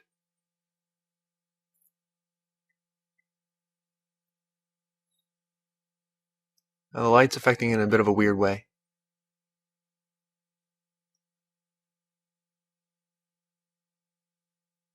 Most likely it looks fine in game mode, but I have to flip these normals later on. I'm going to change the buttons at the top menu to the Blender game buttons, if you haven't done so already. And in the texture face panel I'm going to disable collision and enable two-sided and change transparency type to clip alpha. On the texture face panel you can find that in the object data buttons, which is the triangle icon. Right there I just flipped the normals for the object. Now the light's affecting it properly.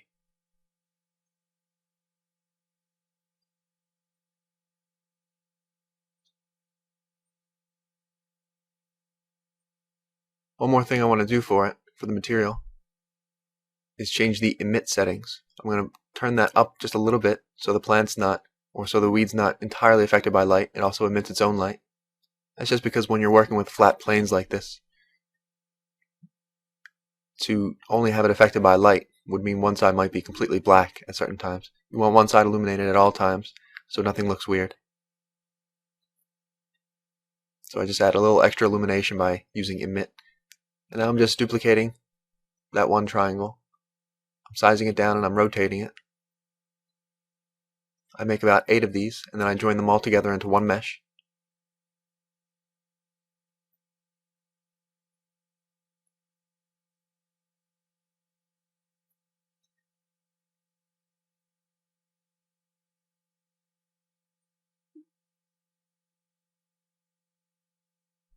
Now I go and add it to a group called weeds. Now we're going to make the leaf texture by first opening up the weeds image.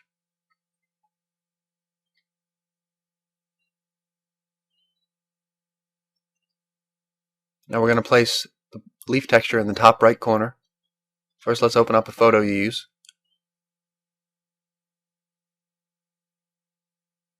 So go back to the TextLib folder, and in the Plans folder, open up Leaf 3B. Now just use the lasso tool to trace around this, and we're going to copy and paste that into the weeds texture.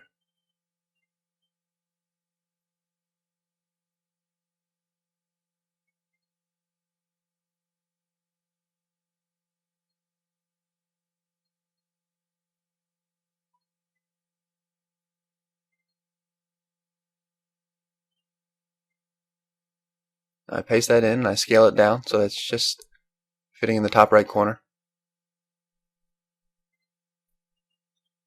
Now I'm just going to lengthen the stem a little bit with a clone brush.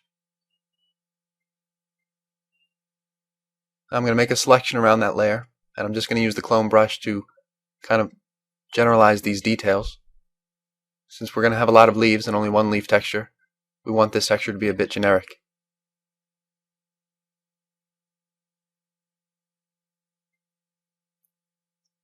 Now using the rectangle select tool, or box select tool, I'm going to make a selection around the leaf, and I'm going to take a color sample from the leaf, and in a layer beneath it, I'm going to put down a green color. And then I'm going to change the opacity of that layer to 10%. That's so our leaf will have a green outline to it instead of the brown outline that is rendered in the background of the weeds. Now we're going to start working on a plant. Plant's just going to be a few stems, and then we're going to place a bunch of triangles around it for the leaves.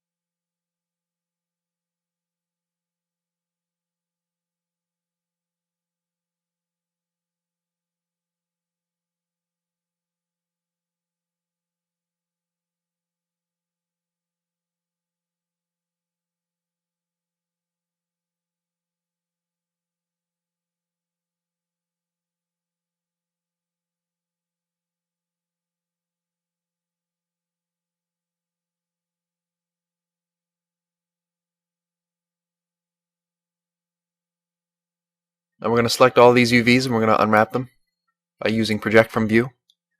We're going to open up the weeds texture. And we're going to map those UVs to the leaf part of the texture, just for the color.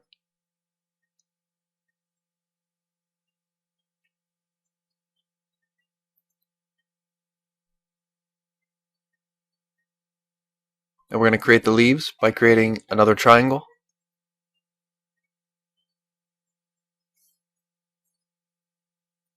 We're going to paste them together, rotate it, and scale it up to the size you want the leaf to be.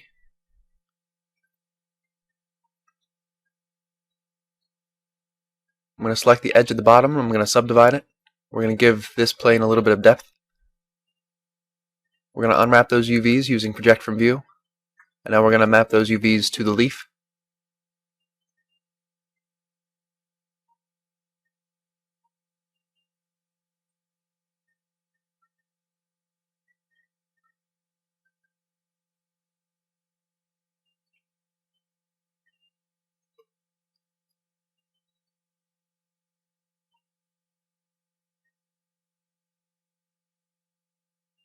Now I'm going to select one face at a time and go to the texture phase panel in the object data buttons, disable collision, enable two-sided, and change transparency type to clip alpha.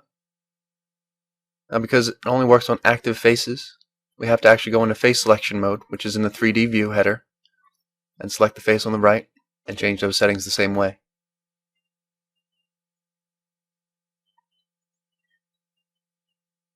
Now I'm going to select that middle vertex that we added with subdivision, give this leaf a little bit of depth. I'm making sure that the origin is at the base of the stem, because that's where we'll be rotating each leaf around the stem of the plant.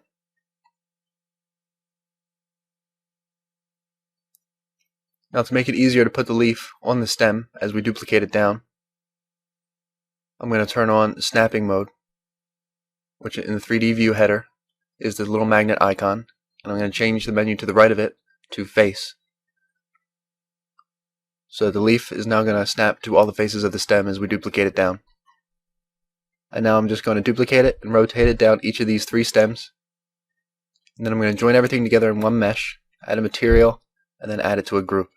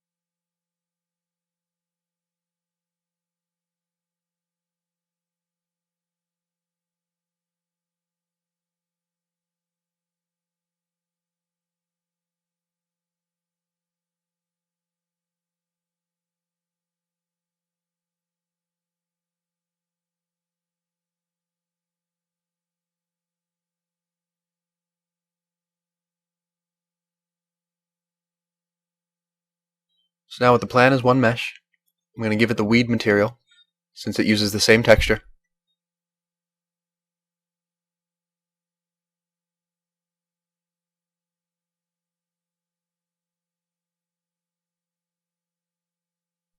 And now I'm just going to add it to a group called plant.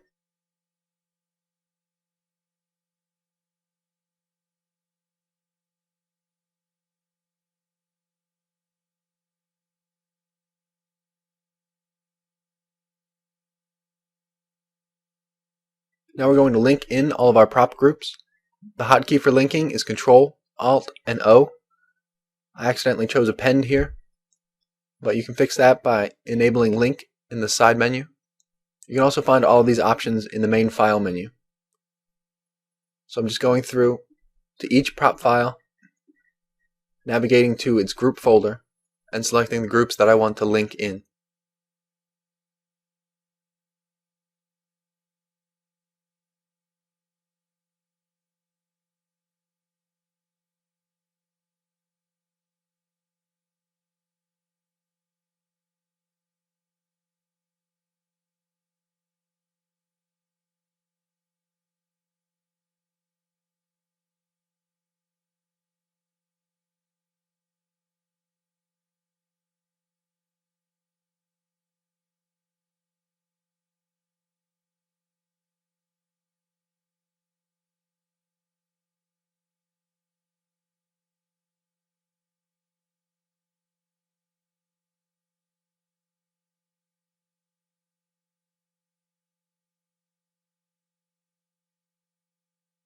Now if you press Shift plus A for the Add menu, go down to Group Instance. Go down to Group Instance, and you'll have a list of all the groups you just linked in. Now you can select any one of them, and it will create an instance of that object in your environment.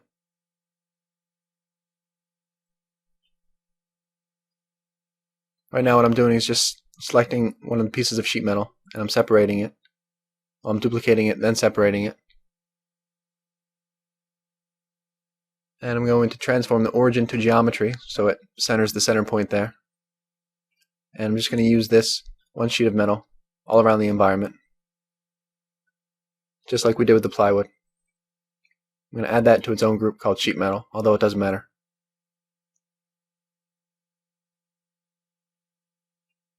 Because we're not going to be loading that in as an instance or a group object. We're just going to be duplicating that.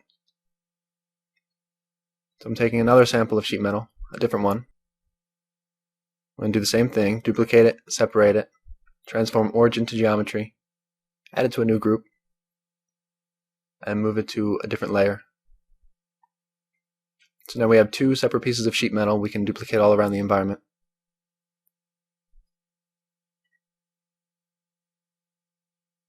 Now I tried to load in metal sheet, one of the groups we just created, but it didn't work. It just created an empty.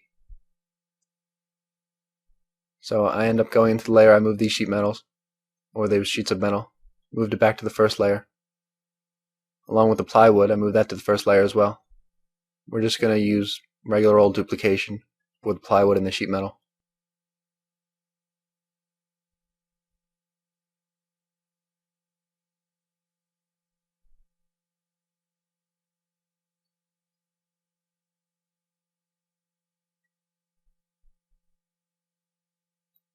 So now I just added in a barrel, one of the barrel groups, just to see if it worked.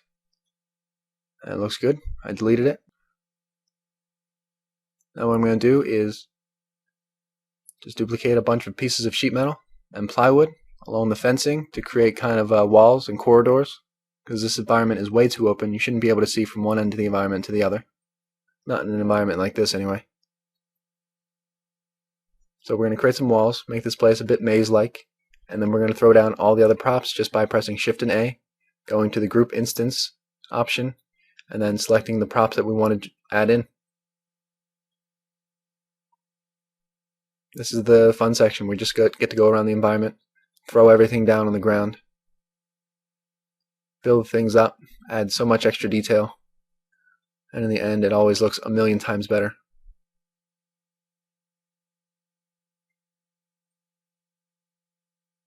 It's still a little discouraging working with this really crappy lighting, but we fix it up real nice later.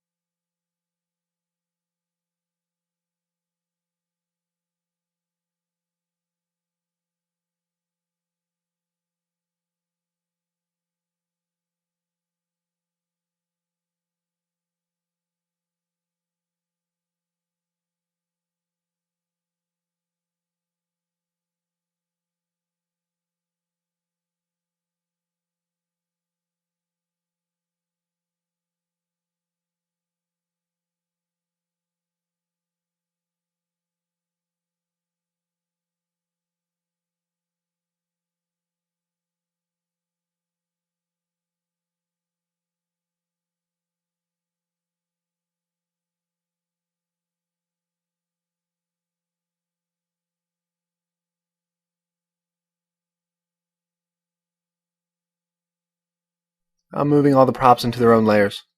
I'm putting all the plants together. I'm putting all the sheet metal together. Well, all the sheet metal in the center of the environment together. The ones along the wall are still in one of the first layers.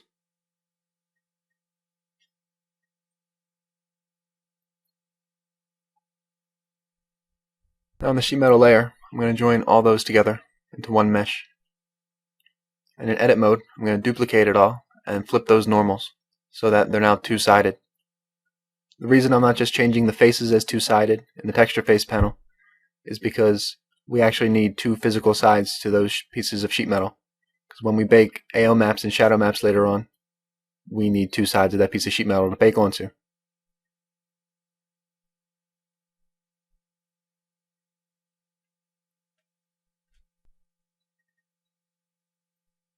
Now I do encounter a problem after I flip those normals, is that some of the pieces of sheet metal are showing up as black, and in real time they're not even looking correct.